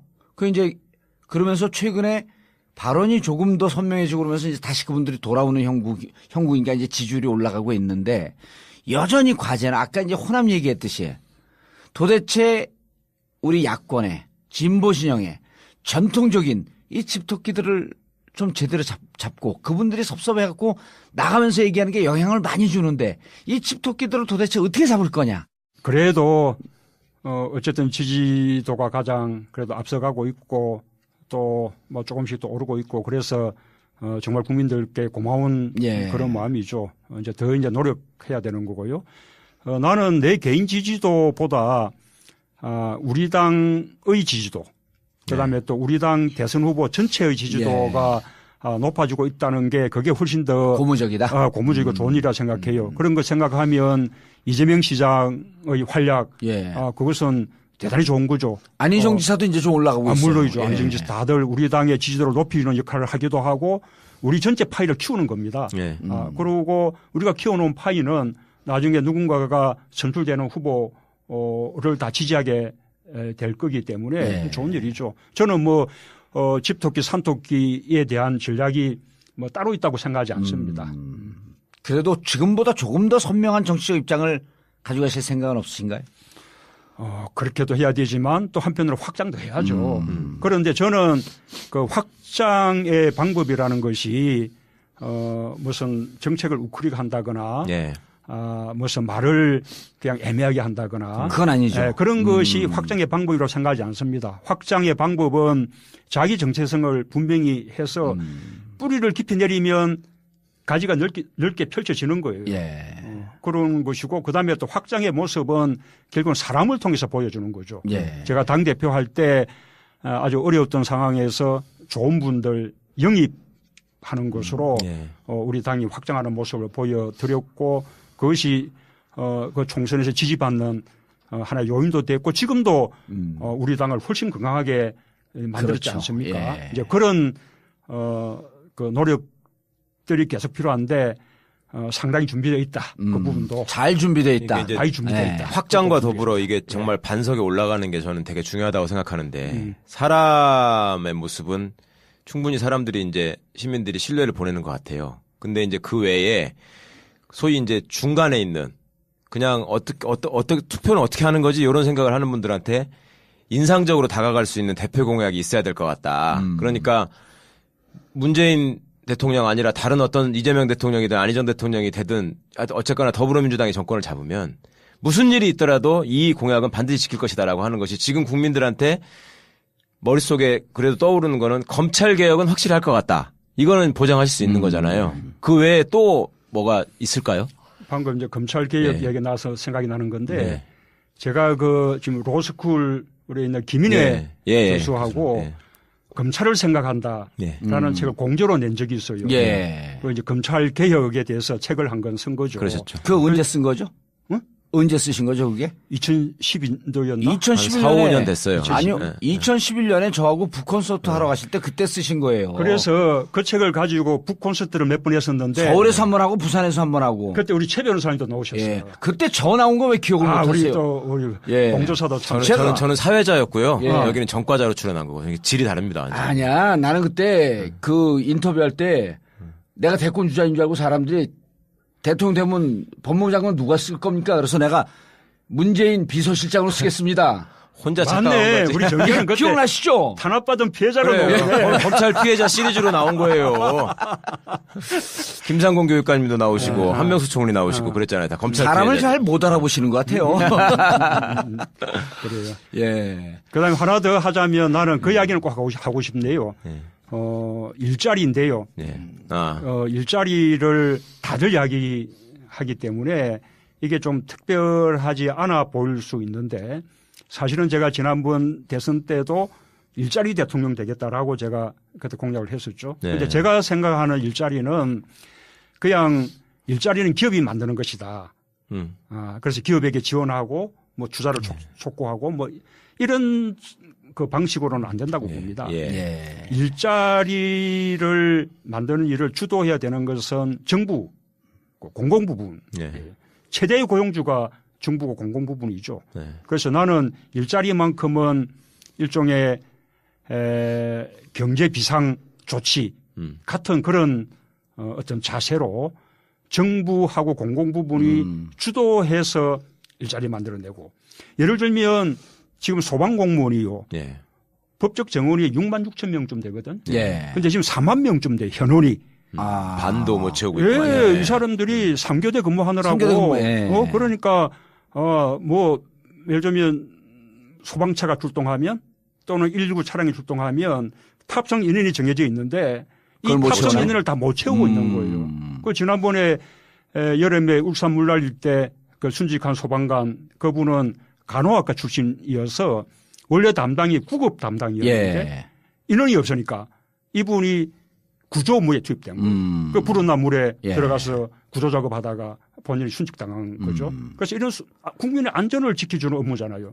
이것만 바로 법적 정어만 채우도 당장에 2만 6천 명의 젊은 일자리가. 그거를 지방직으로 만들어 놔가지고 지방정부가 돈이 없으니까 지금. 그렇게 하고 거기서 또 국가직으로도 전환해야 됩니다. 그러고 또 하나가 획기적인 방식이 지금 우리 아시다시피 법定노동시간이 연장 노동을 포함해서 주 52시간이거든요. 그런데 그동안 노동부가 엉터리 유권 해석을 통해서 토요일, 일요일 주말에 근로는 별개인 것처럼 그렇게 해가지고 주 68시간까지 노동할 수 있는 것으로 그렇게 맞으면 맞지 않는 해석을 해왔거든요. 이것을 법에 정한 대로 주 52시간 노동 시간만 지켜내면 순식간에 그거 하나만 가지고도 한 70만 개 일자리가 생겨납니다. 그러면 정말로 뭐 노동자들도 저녁 있는 삶을 가지게 되고 또 아버지도 육아에 거들게 되면 출산도 더 쉽게 할 수 있게 돼서 저출산 문제도 해결이 되고 우리 사회의 삶의 질이 굉장히 좋아지게 되는 거죠. 알겠습니다. 지금 촛불 민심 중에 하나가요.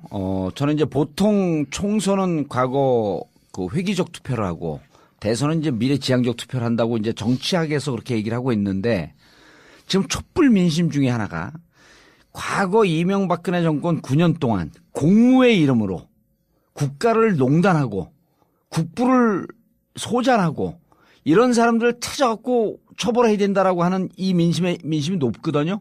그리고 그냥 그러니까 방산비리 문제, 4대강 문제, 자원외교 문제, 그거는 9년 동안 내내 온 거란 말이에요.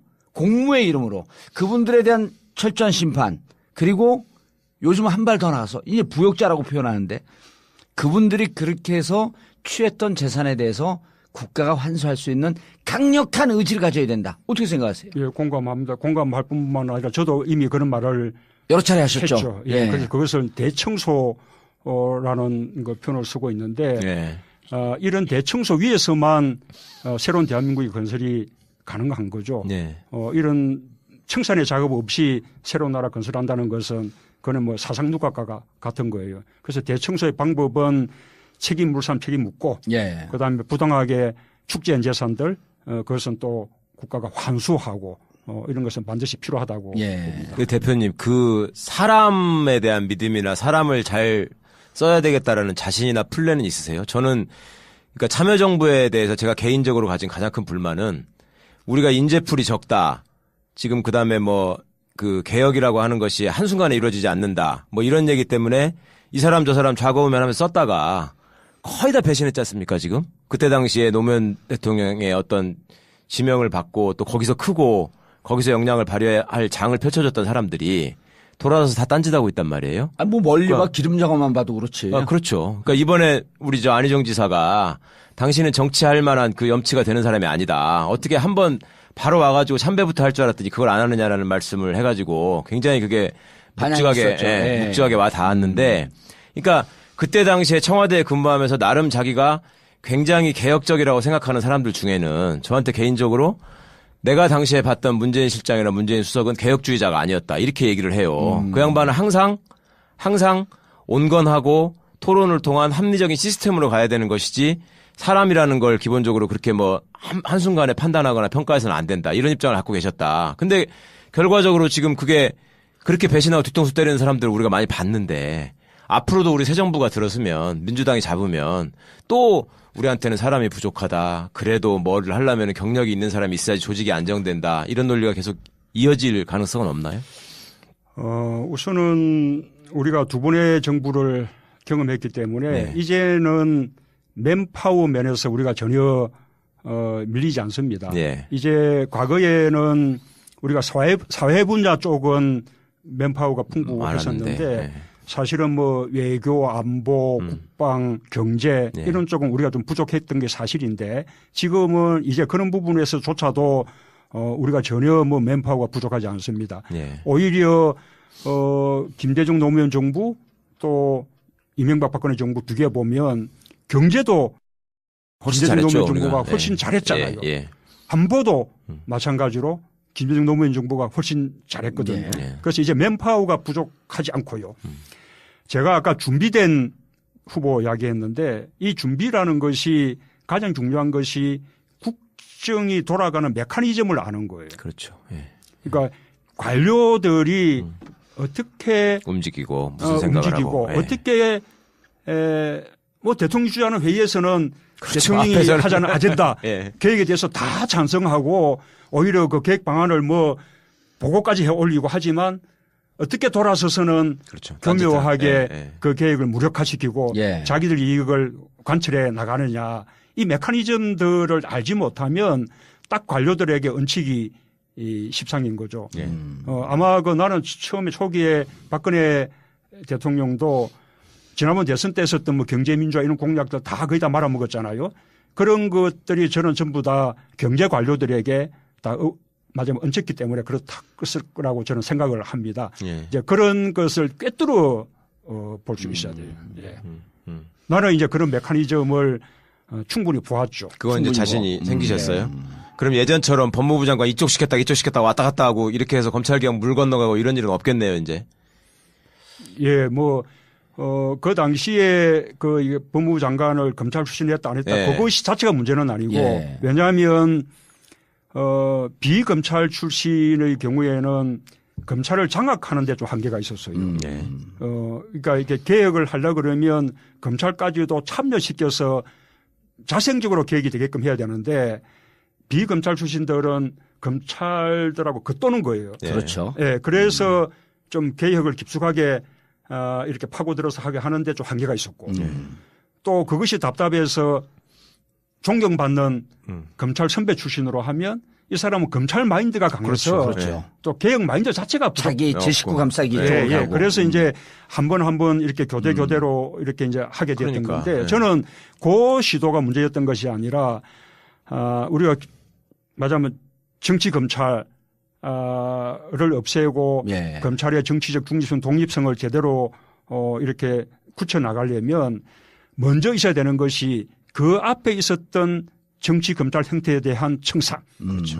그 정치 검찰 형태에서 줄서기 해서 자리라든지 이런저런 많은 이제 혜택을 받아왔던 이런 사람들에 대한 뭐 책임 묻기 청소, 이런 것들이 필요한 청소 거죠. 컨셉 좋아요. 계속 밀고 그렇게 가세요. 해야만 묵묵하게 일하는 다수의 검사들에게 그것이 이제 큰 격려가 되는 것이고 예. 또 다른 한편으로는 정치적 줄서기라는 것이 잠시 한때 좋을지 몰라도 결국은 그것이 불이익으로 돌아오는 것이고 심판받는 것이다라는 것을 인식시켜 놔야 다음에 그런 줄서기 형태가 없어지는 것이거든요. 예. 근데 우리 때 이제 부족했던 부분들이 검찰의 정치적 독립이나 중립은 허용했지만 그렇죠. 그 앞에 우리가 청사는 부족했던 거죠. 그러니까 깡패나 불안당들은 무서워야지 꿇거든요, 일단. 근데 깡패 무서워하진 않았거든. 근데 여기 그 너무 신경 쓰지 마세요. 이 최강욱 지가 검찰 그 법무부 장관 하고 싶어갖고 계속 그것만 물어봐요.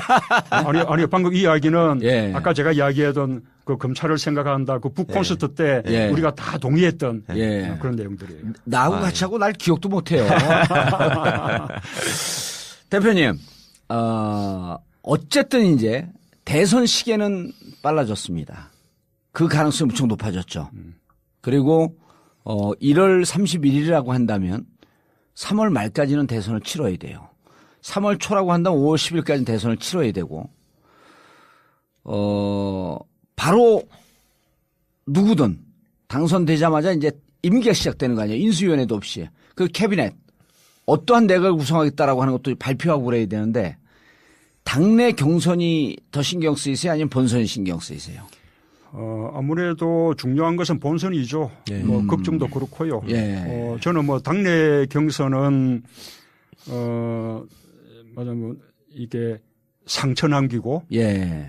서로 힘을 함께 모으지 못하게끔 후유증을 남기는 그게 제일 그런 심각하죠. 경선만 예. 아니면 된다고 봅니다. 예. 저는 우리 뭐 주자들이 워낙 좋기 때문에 서로 충분히 이렇게 아름다운 경쟁 할 수 있을 것이라 생각하고 그러면 누가 후보가 되더라도 충분히 힘을 한데 모아서 저는 해낼 수 있을 것이라고 생각하고요.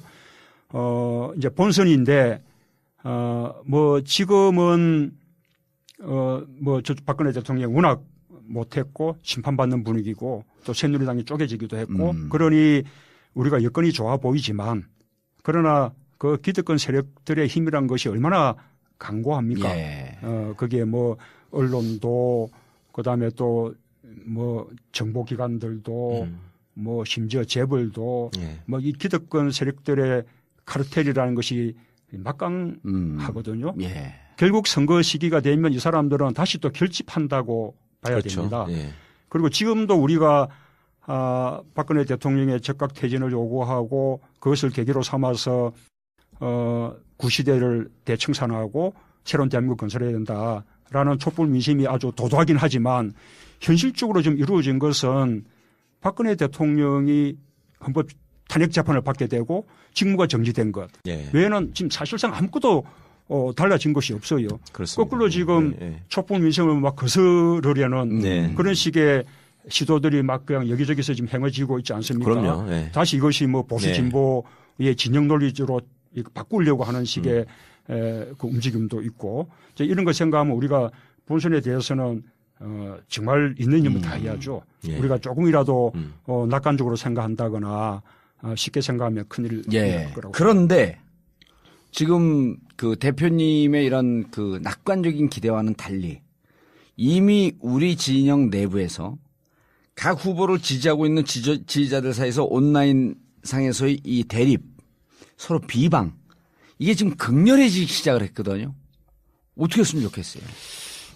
두 가지 이야기를 하고 싶은데요. 빨리 극격화됐어요, 지금. 그래서 우선은 제가 그래서 선풀 네, 운동을 예전에. 제안했는데 별로 효과가 없었잖아요. 그 지지자들이 아닙니다. 지금도 뭐 그런 이야기들을 그대로 하면서 자제해야 된다고 하는 이야기들이 스스로도 많이 하긴 하죠. 그런데 어쨌든 자기가 지지하는 후보가 더 낫다라고 하는 거기까지만 하면 돼요. 그렇죠. 또는 뭐 상대 후보에 대해서도 비판하는 수준 정도는 할 수 있을 테죠. 그러나 비난하고 공격하는 이런 것은 오히려 자기 후보의 확장을 방해하는 것이기 때문에 자기 후보를 돕는 것이 아니라 자기가 지지하는 후보를 오히려 더 이제 폐쇄적인 것처럼 만들고 오히려 확장을 방해하는 그런 결과가 되거든요. 그래서 그러지 말아달라는 호소를 쟤를 지지하는 사람뿐만 아니라 모든 후보를 지지하는 우리 네티즌들께 다 말씀드리고 싶고 또 한 가지는 또 SNS 문화가 또 있는 거 아닙니까? 사실은 뭐 SNS 공간에서 뭐 공격 안 받아본 분 없잖아요. 뭐 아마 그 공격을 세상에서 제일 많이 받은 사람이 저는 절 거라고 생각하는데. 근데 왜 느닷없이 우리를 물고 들어가세요? 그래서 또 그런 것도 또 그러려니 이것이 또 터이 문화며 SNS 문화거니 이렇게 이런 걸 조금 대범하게 이렇게 또 받아 넘기는 것도 중요한 것 같아요. 그러면 그 속에 작전 세력들이 또 그렇죠. 그게 문제죠. 자꾸 이제 이간시키거든요. 그러니까 그 차원에서 지금 SNS에서 소위 문바, 노빠 이런 말 용어를 쓰잖아요. 그거 알고 계시죠? 문바라는 말이 무슨 뜻인지. 뭐 어떻게 받아들이세요? 어떻게 생각이 되세요? 우선은 뭐 달걀 문바는 절대 문바 아니라고 그거는 제가 확실하게 그렇게 뭐 단언할 수 있다 싶고요. 저는 뭐 우리 친노 또는 친문 뭐 이렇게 노빠 문바가 뭐 따로 있지 않다고 생각합니다. 우리 사회에서 반칙이나 특권 미워하고 좀 상식이 통하는 세상을 꿈꾸는 사람들은 다 저는 친노고 친문이라고 그렇게 생각하거든요. 그런데 정말 당부드리고 싶은 것은 우리가 꿈꾸는 세상을 만들려면 다른 사람들, 우리 일반 국민들 손을 꼭 붙잡고 가야 돼요. 이 손을 놓고 그냥 먼저 이게 옳다라고 달려가 버리면 이렇게 세상을 바꿀 수가 없는 것이거든요. 그러니까 배타적으로 보이거나 독선적으로 보이거나 이러지 않도록 다들 노력해야 됩니다. 대표님, 저는 이제 87년 대선 때부터 정치권에 들어와 있었는데 그때 YS하고 DJ하고 단일화를 못했습니다. 근데 안타깝게도 지금 몇 년이 흘렀냐 하면은 근 30년이 흘렀거든요.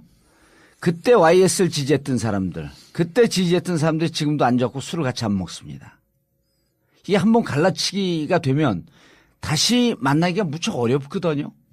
그러니까 이게 선풀 운동을 하자라고 하는 이런 소극적인 것 같고 정말 이게 절실한데 여기에 작전 세력들 한두 명만 들어오게 되면 양쪽을 아주 갈기갈기 찢어버리거든요. 그래서 저가 지난번에도 말씀드렸듯이 유권자 단일화 운동 우리끼리 모여서 여기서 선풀은 달고 비판하는 사람들은 좀 걸러내는 최인직 코리아.net 하겠다는데 처음에 막 역정을 내셨잖아요. 그때 왜 역정을 내셨어요? 아니 그런 적 없는데. 그런 적 없네요. 우병우가 그랬나? 아니 나는 오히려 그런 운동을 부탁드려요. 사실은 제가 당 대표할 때 그때 우리 홍종학 전략 홍보 본부장이 그런 선풀 운동을 제안을 해서 우리 뭐 최고위원회에서 좋다.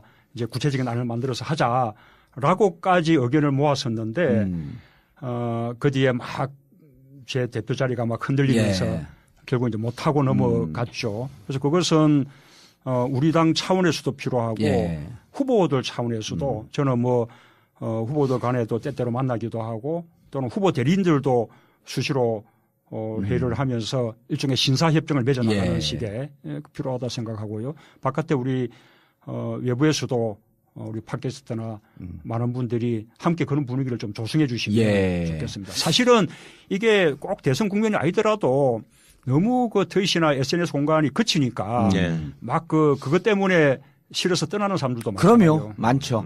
그래서 저희가 바꾸자 대한민국 최인직 코리아.net 대표님께서 관심을 가지셔야 됩니다. 그리고 모든 후보의 지지자들. 그래서 이 안에 들어와서는 이게 막 그냥 이 콩가루처럼 흩어져 있으면 어디서 공격하는지 안 보이거든요. 근데 하나의 공간에 들어오게 되면 선풀을 할 수 있는 분위기를 잡아나갈 수가 있죠. 반기문 이길 수 있어요? 뭐 이기지 않겠습니까? 어쨌든 지금 두 분이 그래도 가장 강력하게 앞서거니 뒤서거니 하고 그래요. 예. 우선은 뭐 그분이 대단하죠. 우리 한국이 배출한 유엔 사무총장이니까 그런 면에서 이제 신화 같은 그런 존재일 수 있는데 지금은 이제 그것보다 어쨌든 우리 국민들이 정말로 구시대 적폐에 대한 확실한 청산들 그리고 또 새로운 대한민국을 건설하자는 그게 이제 민심인데 그러면 이 바꾸고자 하는 절박함 같은 게 있어야죠. 예. 이제 그런 면에서 제가 훨씬 낫지 않을까. 오히려 예 그렇게 생각합니다. 예. 장어구이 좋아하세요? 예. 뭐. 부산의 장어 유명하잖아요. 예. 장어 구이에는요 참기름을 많이 칠하면 맛있습니다. 아니 스스로 불살르겠다고 하니까. 예, 장어 구이 한다고? 우린 탄장어 안 먹는다 그래. 마지막으로요. 두 가지 부탁을 드리고 싶은데 좀 간단하게 어떤 나라를 좀 만들고 싶다. 내가 대통령이 되려고 하는 이유는 정말 이런 나라가 좀 돼야 되지 않겠냐라고 하는 것 하나 하고 12월 9일 날 탄핵안이 가결됐을 때 가장 슬프게 울었던 분들이 세월호 가족들이에요. 이제 진상규명과 책임자 처벌에 조금 더 다가갈 것 같은 기대를 하고 있거든요. 그래서 어떤 나라를 만들고 싶은지 그리고 세월호 가족들에게 3년 동안을 길거리에서 싸운 그들에게 그래도 뭔가 위로의 말씀을 마지막으로 좀 하셔야 되지 않을까. 저는 뭐 이렇게 좀 추상적일지 모르겠는데 좀 따뜻하고 위로가 되는 나라가 됐으면 좋겠어요. 네. 넘어지면 좀 이렇게 세워주기도 예. 하고 네. 좀 눈물 닦아주기도 하고 힘들잖아요 사는 게. 네. 혼자서 산다는 게 개인적으로 산다는 게 참 힘이 드는 건데 그게 국가가 조금 좀 이렇게 위안이 되고 안아주고 이제 그런 국가가 돼야죠. 저는 그 세월호 이 가족들이 진짜 탄핵이 압도적으로 가결되는 날 바깥에서는 다 그냥 환호 축제 같았는데 그분들은 정말로 눈물을 펑펑 흘렸죠. 그걸 보고 정말 가슴이 아렸는데 제가 그거 보면서 느꼈던 생각은 천라지망이라는 말이 있어요. 그러니까 하늘의 그물이 성긴 것 같아도. 그렇죠. 네. 아주 하늘과 땅, 이 그물이라는 게 굉장히 성긴 뜻이 보이지만 아무도 빠져나가지 못한다. 그러니까 그때 이렇게 세월호 그 참사 때 정부가 잘못한 점이 있다면 그때 깨끗이 인정하고 반성하고 그것을 더 안전한 대한민국으로 만들어 나가는 그런 계기로 삼아낸다면 그러면 또 정부가 할 바를 다 하는 거거든요. 그러면 그 아깝게 아까 목숨 잃고 진짜 별이 된 아이들도 그나마 또 우리가 겪었던 이 그 불행이 또 더 안전한 나라로 만드는 하나의 계기가 됐구나라는 뭐 그것을 또 생각할 수도 있고 이런 건데 그런 것을 다 듣고 넘어간 거잖아요. 그러니까 그 순간에는 듣고 넘어가는 것으로 다 책임을 피했다고 생각할지 모르죠. 그러나 그것이 결국은 쌓여서 결국은 심판으로 돌아오는 거 아닙니까? 그래서 참으로 이 정부가 그런 거 보면 정직해야 되고 그다음에 항상 이렇게 국민들하고 참 눈을 맞추어야 된다. 라는 생각을 하죠.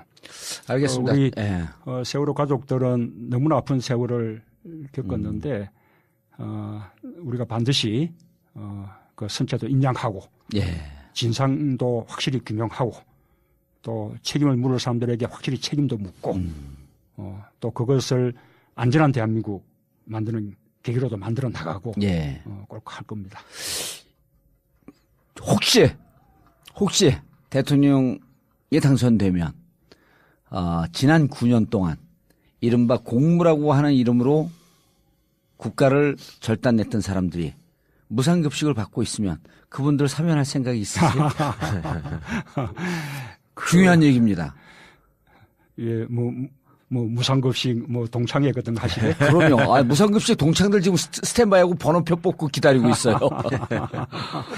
예, 실제로 그런 이렇게 고위 공직자, 예. 권력자 그리고 또 재벌들 이런 분들이 우선 처벌도 없는 사람들보다는 훨씬 가볍게 받고 그래서 좀처럼 실형받지 않죠. 만큼 막 엄청난 죄를 저질러도 다 집행유예로 빠져나가고 또 그나마 또 조금 지나면 사면 복권되고 이제 못하게 해야 되죠. 저는 아예 법정형도 높여서 아예 막 집행유예가 불가능하게끔 그렇게 법제화도 하고 사면을 아예 못하게 그렇게 또 저는 해주시고 일단 마지막으로 오늘 이 방송을 듣는 분들이 작게는 300만 많게는 이제 500만인데 이분들이 철저하게 나를 위해서 싸워줄 우군도 될 수 있지만 자칫 잘못하게도 안티세력도 될 수 있거든요. 이분들에게 나는 앞으로 어떻게 준비해서 어떻게 나가겠다. 마지막 말씀드리고 끝내겠습니다. 아직 우리가 세상을 바꾸지 못했거든요. 예. 그래서 세상을 바꾸려면 정말 촛불이 지치지 않아야 되는 거죠. 끈질기게 세상이 바뀌는 마지막 그 순간까지 촛불을 드려야 한다고 생각합니다. 그렇게 뭐 당부 드리고 싶고 저는 늘 그 촛불 민심 속에서 우선은 정권 교체를 위해서 또 다음은 정권 교체가 다가 아니라 그것을 통해서 우리 촛불 민심이 바라는 그런 새로운 대한민국, 진정한 민주공화국 그리고 또 더 평등한 나라, 공정한 나라 그렇게 만들 수 있도록 제 있는 힘을 다하겠습니다. 예. 문재인 전 대표님 모시고 말씀드렸는데 처음에 저희가 섭외했을 때 많이 우려를 하셨습니다. 그리고 본인이 말을 잘 못한다. 그런데 오늘 말씀을 들어봤더니 못하는 게 아니라 너무나 잘하십니다. 앞으로 판단은 청취자 여러분들이 하겠지만은 잘할 때는 박수를 쳐주고 잘못할 때는 과감하게 채찍을 드는 깨어있는 시민이 되시길 바라면서 정봉재 전국구 마치겠습니다. 감사합니다. 감사합니다. 네, 고맙습니다. 예. 너무 잘하시네. 1, 2, 3, 4. 전국구. 전국구.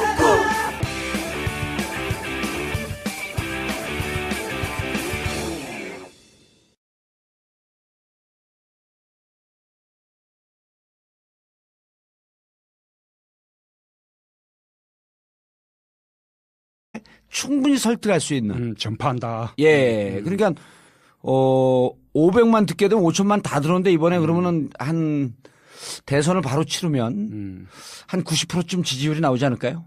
그러네요. 아니, 사실은 우리가 그 오프라인상의 그 언론을 보면 너무 압도적이잖아요. 그러니까 우리가 뭐 도저히 상대가 안 될 것 같은데 그러나 그런 가운데서도 우리가 공론 시장에서 밀리지 않는 게 저는 우리 뭐 팟캐 SNS 그런 덕분이라고 봅니다. 아까 말씀하신 대로 그냥 듣는 데서 그치지 않고 전파하고 설득해내고 또 새끼까지 치죠. 그러니까 전국구는 처음이신데 다른 팟캐스트 몇 번 나가셨잖아요. 진짜가 나타났다 나가셨고 제 기억에. 그건 당이니까. 당 공식 팟캐스트니까. 옛날에 우리 또 우리 정의연 함께 하셨던 낙곰수. 시절에. 그때는 나가셨구나. 대표님 낙곰수는 이제 잊으세요. 이제 전국구 시대가 왔습니다. 전국구. 아니 그런데 이제 4월 13일에 이제 대표님도 잘 아시는 윈지 코리아 컨설팅 있잖아요. 제가 거기 그 주주입니다. 지분을 갖고 있어요. 거의 제 회사나 다름없습니다. 그런데 이제 거기서 32곳 여론조사를 해서 우리가 전국구에서만 유일하게 과반 붕괴된다. 서로 비슷비슷하게 가고 차이가 크게 나지 않을 것이다. 그런데 모든 언론들이 165석에서 180석 예상을 했단 말이에요. 새누리당. 근데 이제 4월 13일 날 딱 끝나고 난 다음에 주류 언론들 내부에서 무척 반성이 컸어요. 그리고 그때부터 본격적으로 어떻게 팟캐스트 시장을 파고 들어올 거냐. 그러니까 보세요. 여기 예를 들어서 한 350, 400만 다운이라고 한다면 지금 조선 찍는 게 60만이라고 자기들이 얘기하고 있거든요. 근데 조선일보 부수가. 조선일보 하루 부수가. 예. 근데 우리는 하나의 주제를 350만, 400만이 듣는단 말이에요. 그럼 이 주제가 갖는 또 이 팟캐스트가 갖는 위력이라고 하는 게 비교가 안 되는 거죠. 60만 찍은 거 몇 명이나 볼 거예요. 예. 그래 그런 이 주류 언론의 영향력도 많이 이제 줄어들기도 했지만 지난번 총선 때 보면 그 언론 통해서 이렇게 발표됐던 여론조사. 예. 그 정말 엉터리였죠. 그럼요. 저는 뭐 거의 뭐 선거 사기라고 생각해요. 이제 대표님은 그 법률가니까 그렇게 점잖은 얘기인데 이죠. 예. 근데 사실은 나는 그 우리가 지지 않으리라고 자신했었어요. 그때 총선 때 예. 무슨 근거로? 지원주세 하시면서 느끼신 거예요? 이게 결과를 보고 하는 이야기거니 할지 모르겠는데. 아니 그렇게 믿지 않습니다. 제가 그때 그 총선 결과를 놓고 제가 약속한 게 있어요. 예. 첫째는 새누리당 가반 의석을 반드시 막겠다. 두 번째 우리 당 의석을 기존 의석보다 늘리겠다. 세 번째가 우리 당 기필코 전국 정당 될 거다. 네. 다 맞았잖아요. 예. 제가 뿐만 아니라 부산에서는 부산 시민들이 우리 당 5명 국회의원 뽑아주면 그렇죠. 예. 제가 신공항 꼭 해내겠다고 그랬더니 딱 5명 됐어. 그래서 거의 나도 우리 그 봉도사 수준의 쪽집게로 그렇게 맞췄습니다. 문도사. 예. 문도사가 걸어가는 걸 영어로 뭐라는 줄 아세요? 모르겠어요. 문워크.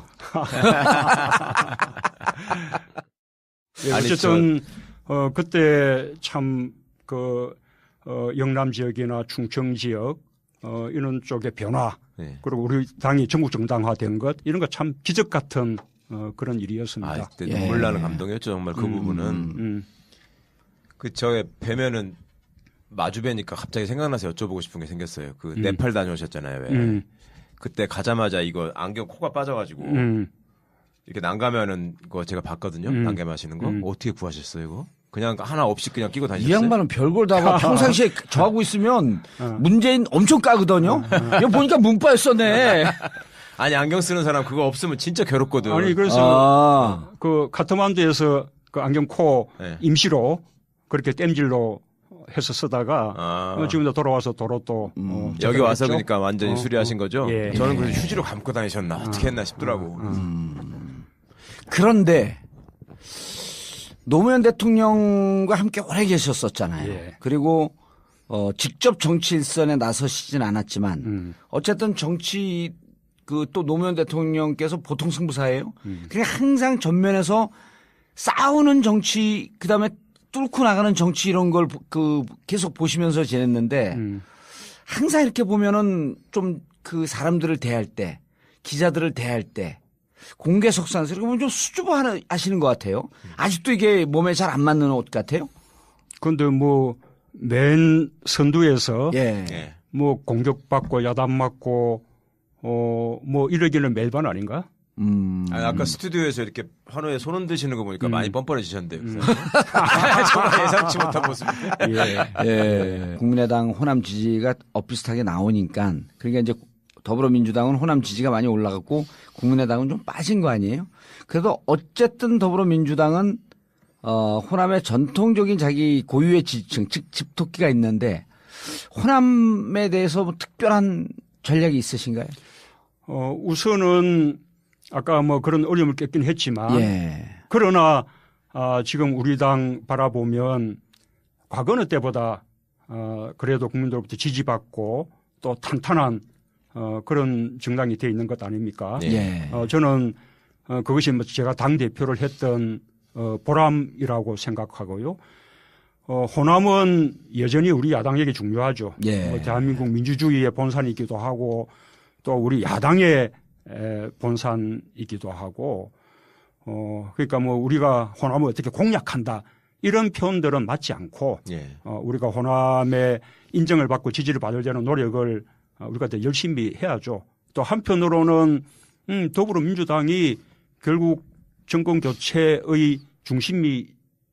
중심이 될 수밖에 없구나.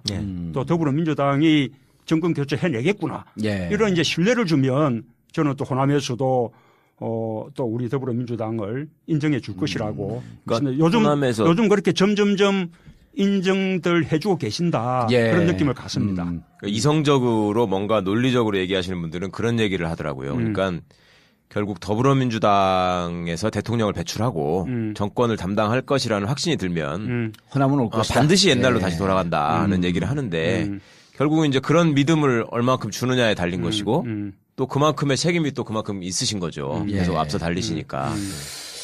일각에서 문재인 그 전 대표께서 대선 레이스에 가면서 정치인들을 좀 갈라치게 하는 것 아니냐라고 하는 우려의 시각이 있어요. 뭐냐면 원로들을 좀 만나기를 싫어하고 좀 구정치인이라고 좀 이렇게 그 옆으로 치워놓은 거 아닌가 그런 지적들이 있거든요.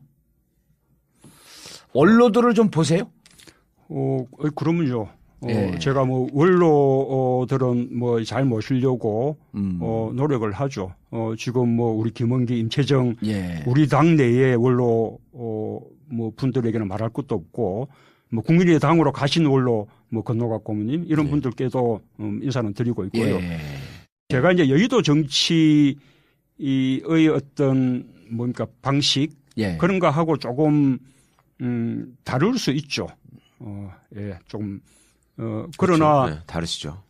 뭐 또 여기도 정치의 방식을 좀 벗어나야 된다고 생각하는 사람이기도 하고 저는 우리 정치에서 여의도가 중심이긴 하지만 그러나 여의도보다는 저는 또 오히려 뭐 국민 속으로 또 국민들과 함께 그렇게 해야 된다고 생각하는 그런 사람이어서 상대적으로 뭐 여의도 내의 스킨십 이런 부분들이 과거보다 못하다 그렇게 생각할 수는 있는데 그러나 뭐 마음은 뭐 그렇지 않습니다. 근데 국민과의 스킨십도 예를 들면 꼬마들 입장에서 저희 동네 꼬마들을 봐도 이렇게 대표님 사진을 보면은 굉장히 좋은 할아버지 같다라는 얘기를 해요. 4살, 3살짜리들이. 할아버지죠. 흰머리가 있으시니까. 당신도 할아버지야 그럼? 나한테도 그럴 수 있지. 뭐 우리 정 의원도 뭐 만만치 않잖아. 나이 많죠.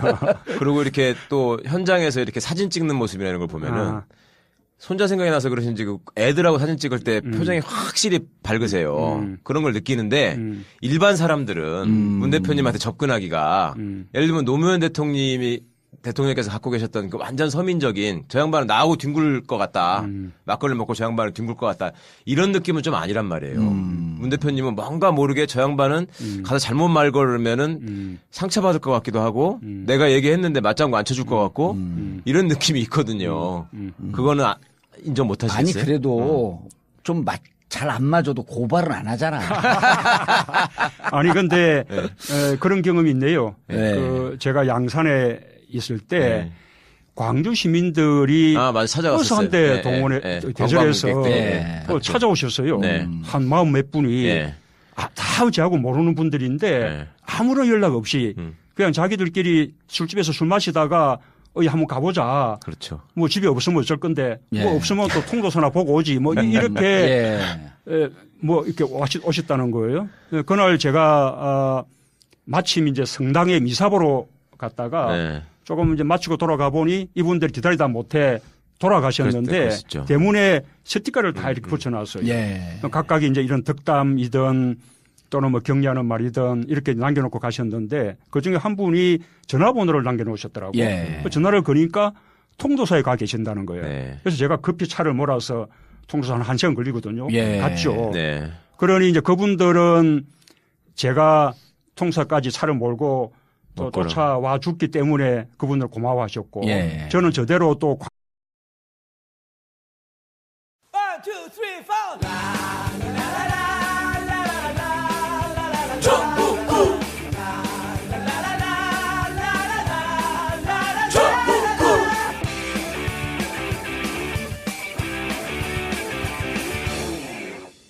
단 하나의 정통 정치 팟캐스트 정봉재 전국구 시작하겠습니다.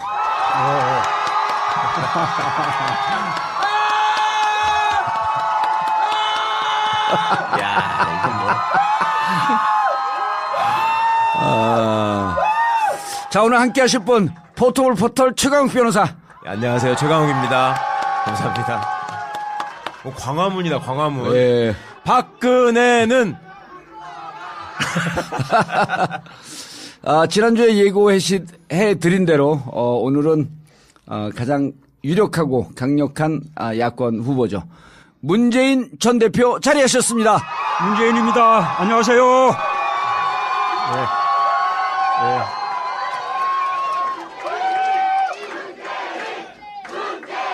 야.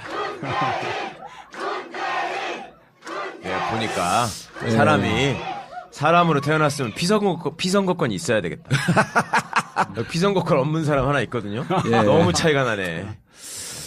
그런데 방송을 할 수 없을 정도로 지금 열기가 뜨겁습니다. 그러니까요. 예, 벙커 최대 수용 인원이 한 220명인데 지금 얽히고 설키고 그래갖고 한 2,200명쯤이 들어왔어요. 그러니까 안까지 열기가 후끈후끈해요. 예, 더우시죠 대표님. 그래요. 예, 맞습니다, 진짜. 대표님께서 좀 준비를 해오셨는데 준비한 거는 저희가 절대 안 물어봅니다. 예, 방송하기가 힘들고 그래도 여러분들 끝까지 잘 협조해 주시기 바라겠습니다. 이번 주는 29일 목요일 8시에 안희정 충남지사가 자리합니다. 예, 왜 야유를 보내세요 근데.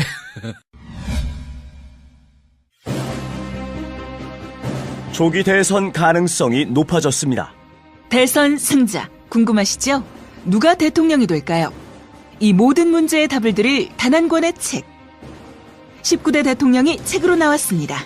19대 대통령은 노무현 정부 청와대 여론조사 전문가였던 박시영 씨와 지난 9년간 청와대에서 여론조사 책임을 맡았던 이상일 씨와의 맞짱 토론을 통해 2017년 19대 대통령을 예측했습니다.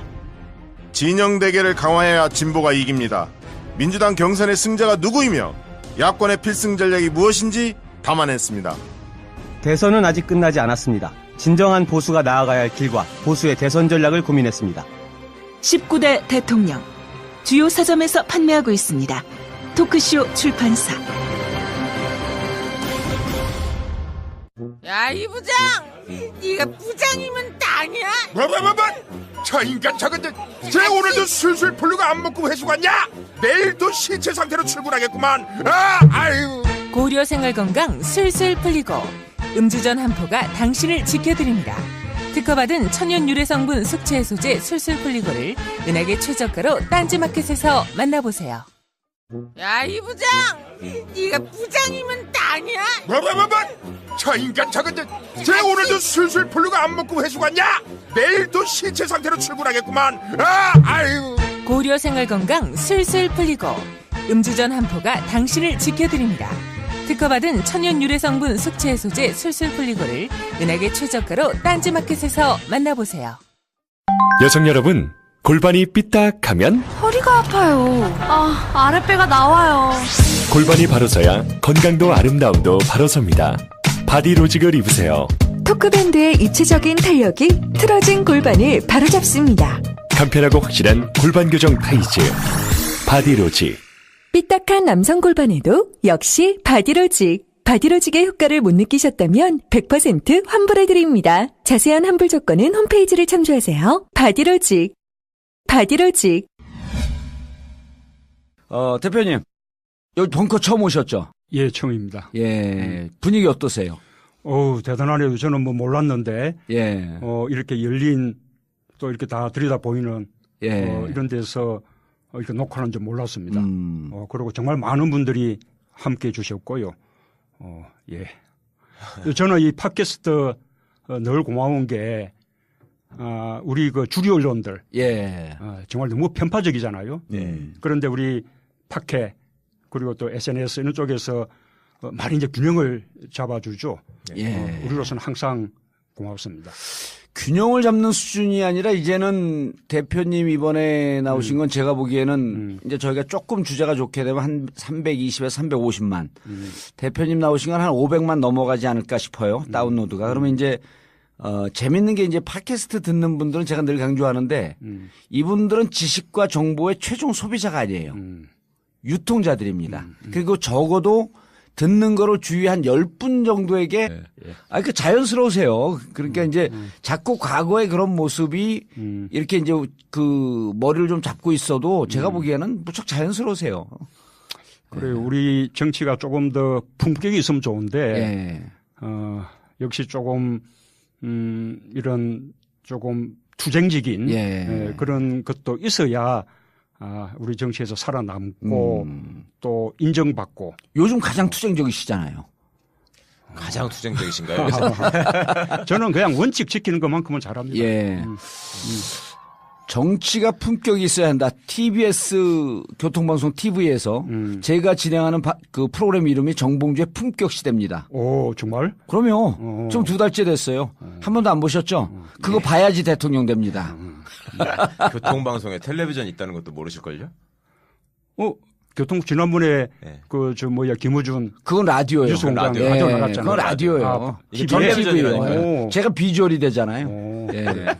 본격적으로 레이스가 걸렸어요. 그리고 요즘은 그 촛불 국면에서 주저주저하는 것 때문에 특히 우리 진영 분들이 많이 이제 속상해하고 그러는데 요즘은 정말 아까도 말씀드렸듯이 좀 거침없어졌어요. 저는 주저한 적은 없고요. 예. 초기에는 박근혜 대통령에게 이런저런 기회를 우리가 드린 거였죠. 그런데 본인이 다 걷어찼죠.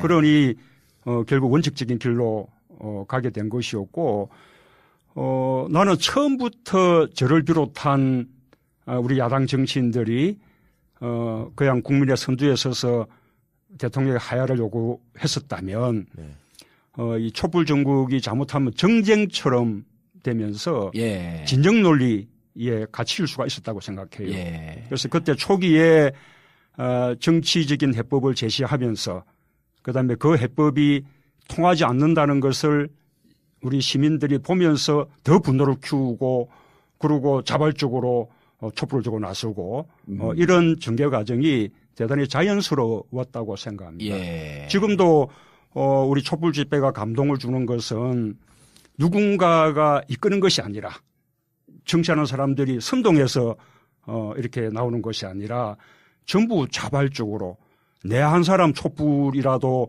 세상을 바꾸는 데 도움이 될까 해서 집에 아이들 손까지 잡고 그렇게 나오잖아요. 그러니까 아주 평화적인 전 세계가 깜짝 놀라는 그런 아주 명예로운 지금 시민혁명을 하고 있는 거죠. 근데 솔직히 말해서 촛불 시민들이 야당에 대해서 답답해한 것도 있었단 말이에요. 초반에. 그 야당도 많이 혼났고 실제로.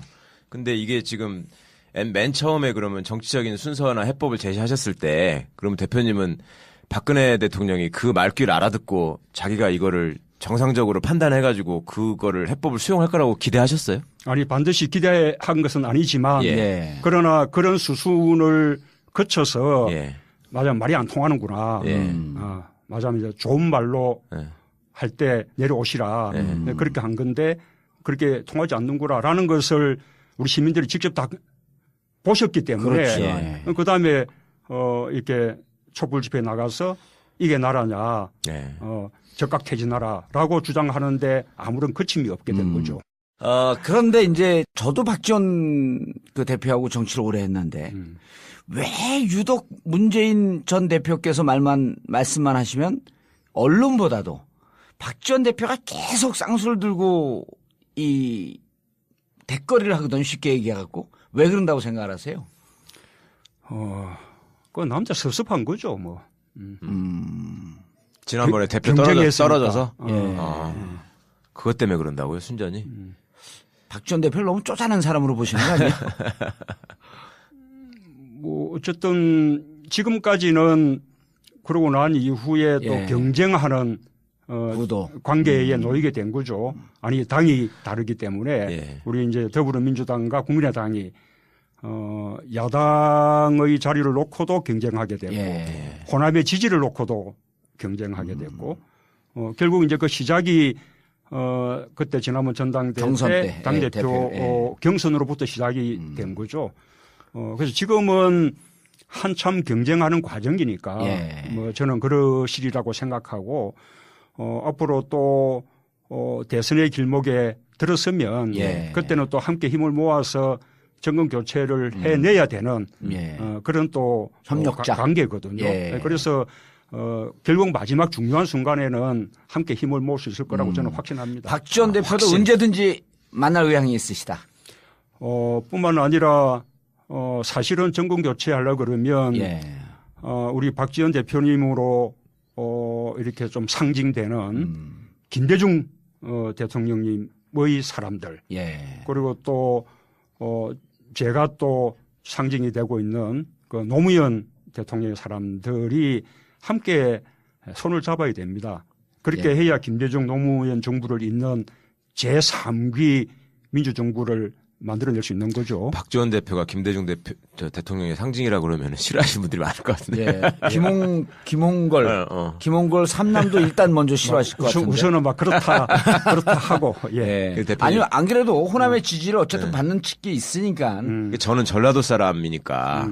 이제 선거 때 저는 그런 결과가 나올 거라고 정말 꿈에도 생각을 안 했어요. 근데 그렇게 국민의당이 약진을 하고 이제 민주당은 죽을 쓰고 이런 와중에 가서 물어봤을 거 아니에요, 제가. 도대체 무슨 생각을 하고 왜 그러는 거냐. 호남 가서. 예. 그러니까 문재인 대표가 싫으냐? 그랬더니 싫대요. 왜 싫으냐? 팩트를 얘기해봐라. 그러니까 뭐가 인사정책에서 홀대를 했다는 거야, 진짜로. 그리고 무슨 책에 나오는 그 무슨 호남 사람한테 옛날에 돈 떼먹힌 게 있어서 뭐 서운해가지고 보복하셨다는 말을 믿냐? 그런 게 아니고요. 그 사람들이 얘기하는 거는 특히 그 대표 경선 때 박지원 씨가 했던 얘기 있잖아요. 독시 가려고 그런다. 대표도 먹고 대통령도 먹고 욕심쟁이다. 예, 욕심쟁이다. 그러면서 지난번에 노무현 정부 때 정권을 잡았을 때도 부산 사람들 중심으로만 했지 호남을 홀대했다. 이런 얘기들을 집중적으로 퍼뜨려서 그게 그냥 알게 모르게 스멀스멀 이렇게 먹혀 들어가서 팩트를 확인해 볼 생각도 않고 그렇지 뭐 그냥 이렇게 생각을 했다는 거예요. 그러면은 그게 섭섭하지 않으세요? 그거 아셨을 거 아니에요. 그때 많이 다니시면서. 나는 그런 생각들이 충분히 이해가 갑니다. 예. 왜냐하면 우리는 이렇게 전국 정당화가 목표죠. 예. 노무현 대통령도 그것이 평생의 꿈이었고, 예. 뭐 물론 김대중 대통령도 그럼요. 전국 정당화를 위해서 온갖 노력을 하셨고, 그런데 이게 이제 전국 정당화라는 게 또 약간 다르게 표현하자면 우리 당의 호남 헤게모니를 좀 약화시키는 예. 거잖아요. 예. 그래서 이제 호남 분들의 입장에서 보면 지금 다음 대선에 마땅히 호남에서 내세울 만한 그런 후보가 있는 것도 아니고 그런 후보군들은 대체로 또 영남 쪽에 영남 출신들이 많이 있는데 또 당권까지도 그러면 다 또 영남이 차지하느냐. 예. 뭐 저는 그 심정이 이해가 갑니다. 처음에는 제가 당대권 불지라는 말이 무슨 이런 공학적인 주장이 다 있냐 그렇게 생각했는데 시간이 지나면서 그 말에 대해서 공감하는 그 호남 분들의 심정이 저는 이해가 갔습니다. 그 쉽게 말해서 나눠 먹게 하자는 거였잖아요, 그때는. 그러기도 하고 아무리 그랬어도 예. 우리 당이 또 호남으로부터 신뢰를 받고 있었으면 예. 그런 말이 흔들리지 않았을 테지요. 예. 그러나 또 호남에서 우리 당은 오랫동안 기득권 예. 정당이었죠. 그러고 과연 더불어민주당으로 정권 교체가 가능하냐라는 예. 것도 그동안 여러 선거를 저오면서 예. 회의가 생기기도 했고 그래서 호남에서 다른 대안을 좀 찾았던 거죠. 그러나 새누리당을 선택한 것은 아니었거든요. 야권 내에서 다른 대안을 찾았던 것이기 때문에 저는 또 대선에서는 또 다른 선택을 하실 거라고 함께 생각합니다. 할 수 있다. 그때 당시에 보면요. 2015년 2월 당대표 선거 아니었습니까? 저는 이제 개인적으로 정치를 오래 한 사람들 이 정치 공학에 빠지는 것을 좀 경계하는 사람들이 그때 무슨 걱정 때문에 사실 박지원 대표가 안 된다라고 주장을 했었냐면 그 이후에 이제 그때 되는 당대표가 공천권을 갖고 있잖아요. 그럼 그쪽에서 공천권을 갖게 되면 이게 2016년 총선에서 반드시 좋은 성과를 내야 되는데 분탕질 할 게 불을 보듯이 빤했었거든요. 그런 생각은 안 하셨나요? 왜 대표가 꼭 돼야 된다고 생각하셨어요? 이제 저는 그렇게 생각하지는 않고요. 예. 제가 이제 이 점이 박지원 대표님에게 아주 미안한 대목인데, 박지원 대표님은 오랫동안 당대표를 꿈꾸셨거든요. 예. 그런데, 그때 전당대회가 결국은 총선을 또 앞두고 있고 이번 대선을 예. 또 좌우하게 되는 그런 그렇죠. 전당대회거든요. 그러니까 박지원 대표님 대단히 정치적으로 유능하고 또 김대중 대통령을 모시고 했던 분이지만 자꾸 우리 정치가 새로운 면모를 보여야 되는데 네. 그것은 뭐 그분의 생각하고는 무관하게 국민들이 볼 때는 그냥 옛날 정치로 보이지 않습니까? 예. 지금 한쪽에서는 자꾸 새 정치 하면서 이렇게 이 야당의 정치에 도전을 해오고 있는 마당인데 네. 그럼 우리도 새로운 면모를 보이려면 달라져야 되는 거죠. 예. 그래서 그때 당대표를 이렇게 나선다는 게 저로서는 굉장히 위험 부담이 큰 일이었고 그것이 독배가 될 것이다. 그렇게 말조하는 사람들이 많았었는데 저는 우리 당을 새롭게 혁신해 내지 못하면 정권 교체 희망 없다. 예. 그렇게 생각했던 거죠. 그때 총선에서 이제 국민의당이 거의 호남 싹쓸이를 했고요. 그리고 이제 지금도 민주당, 더불어민주당과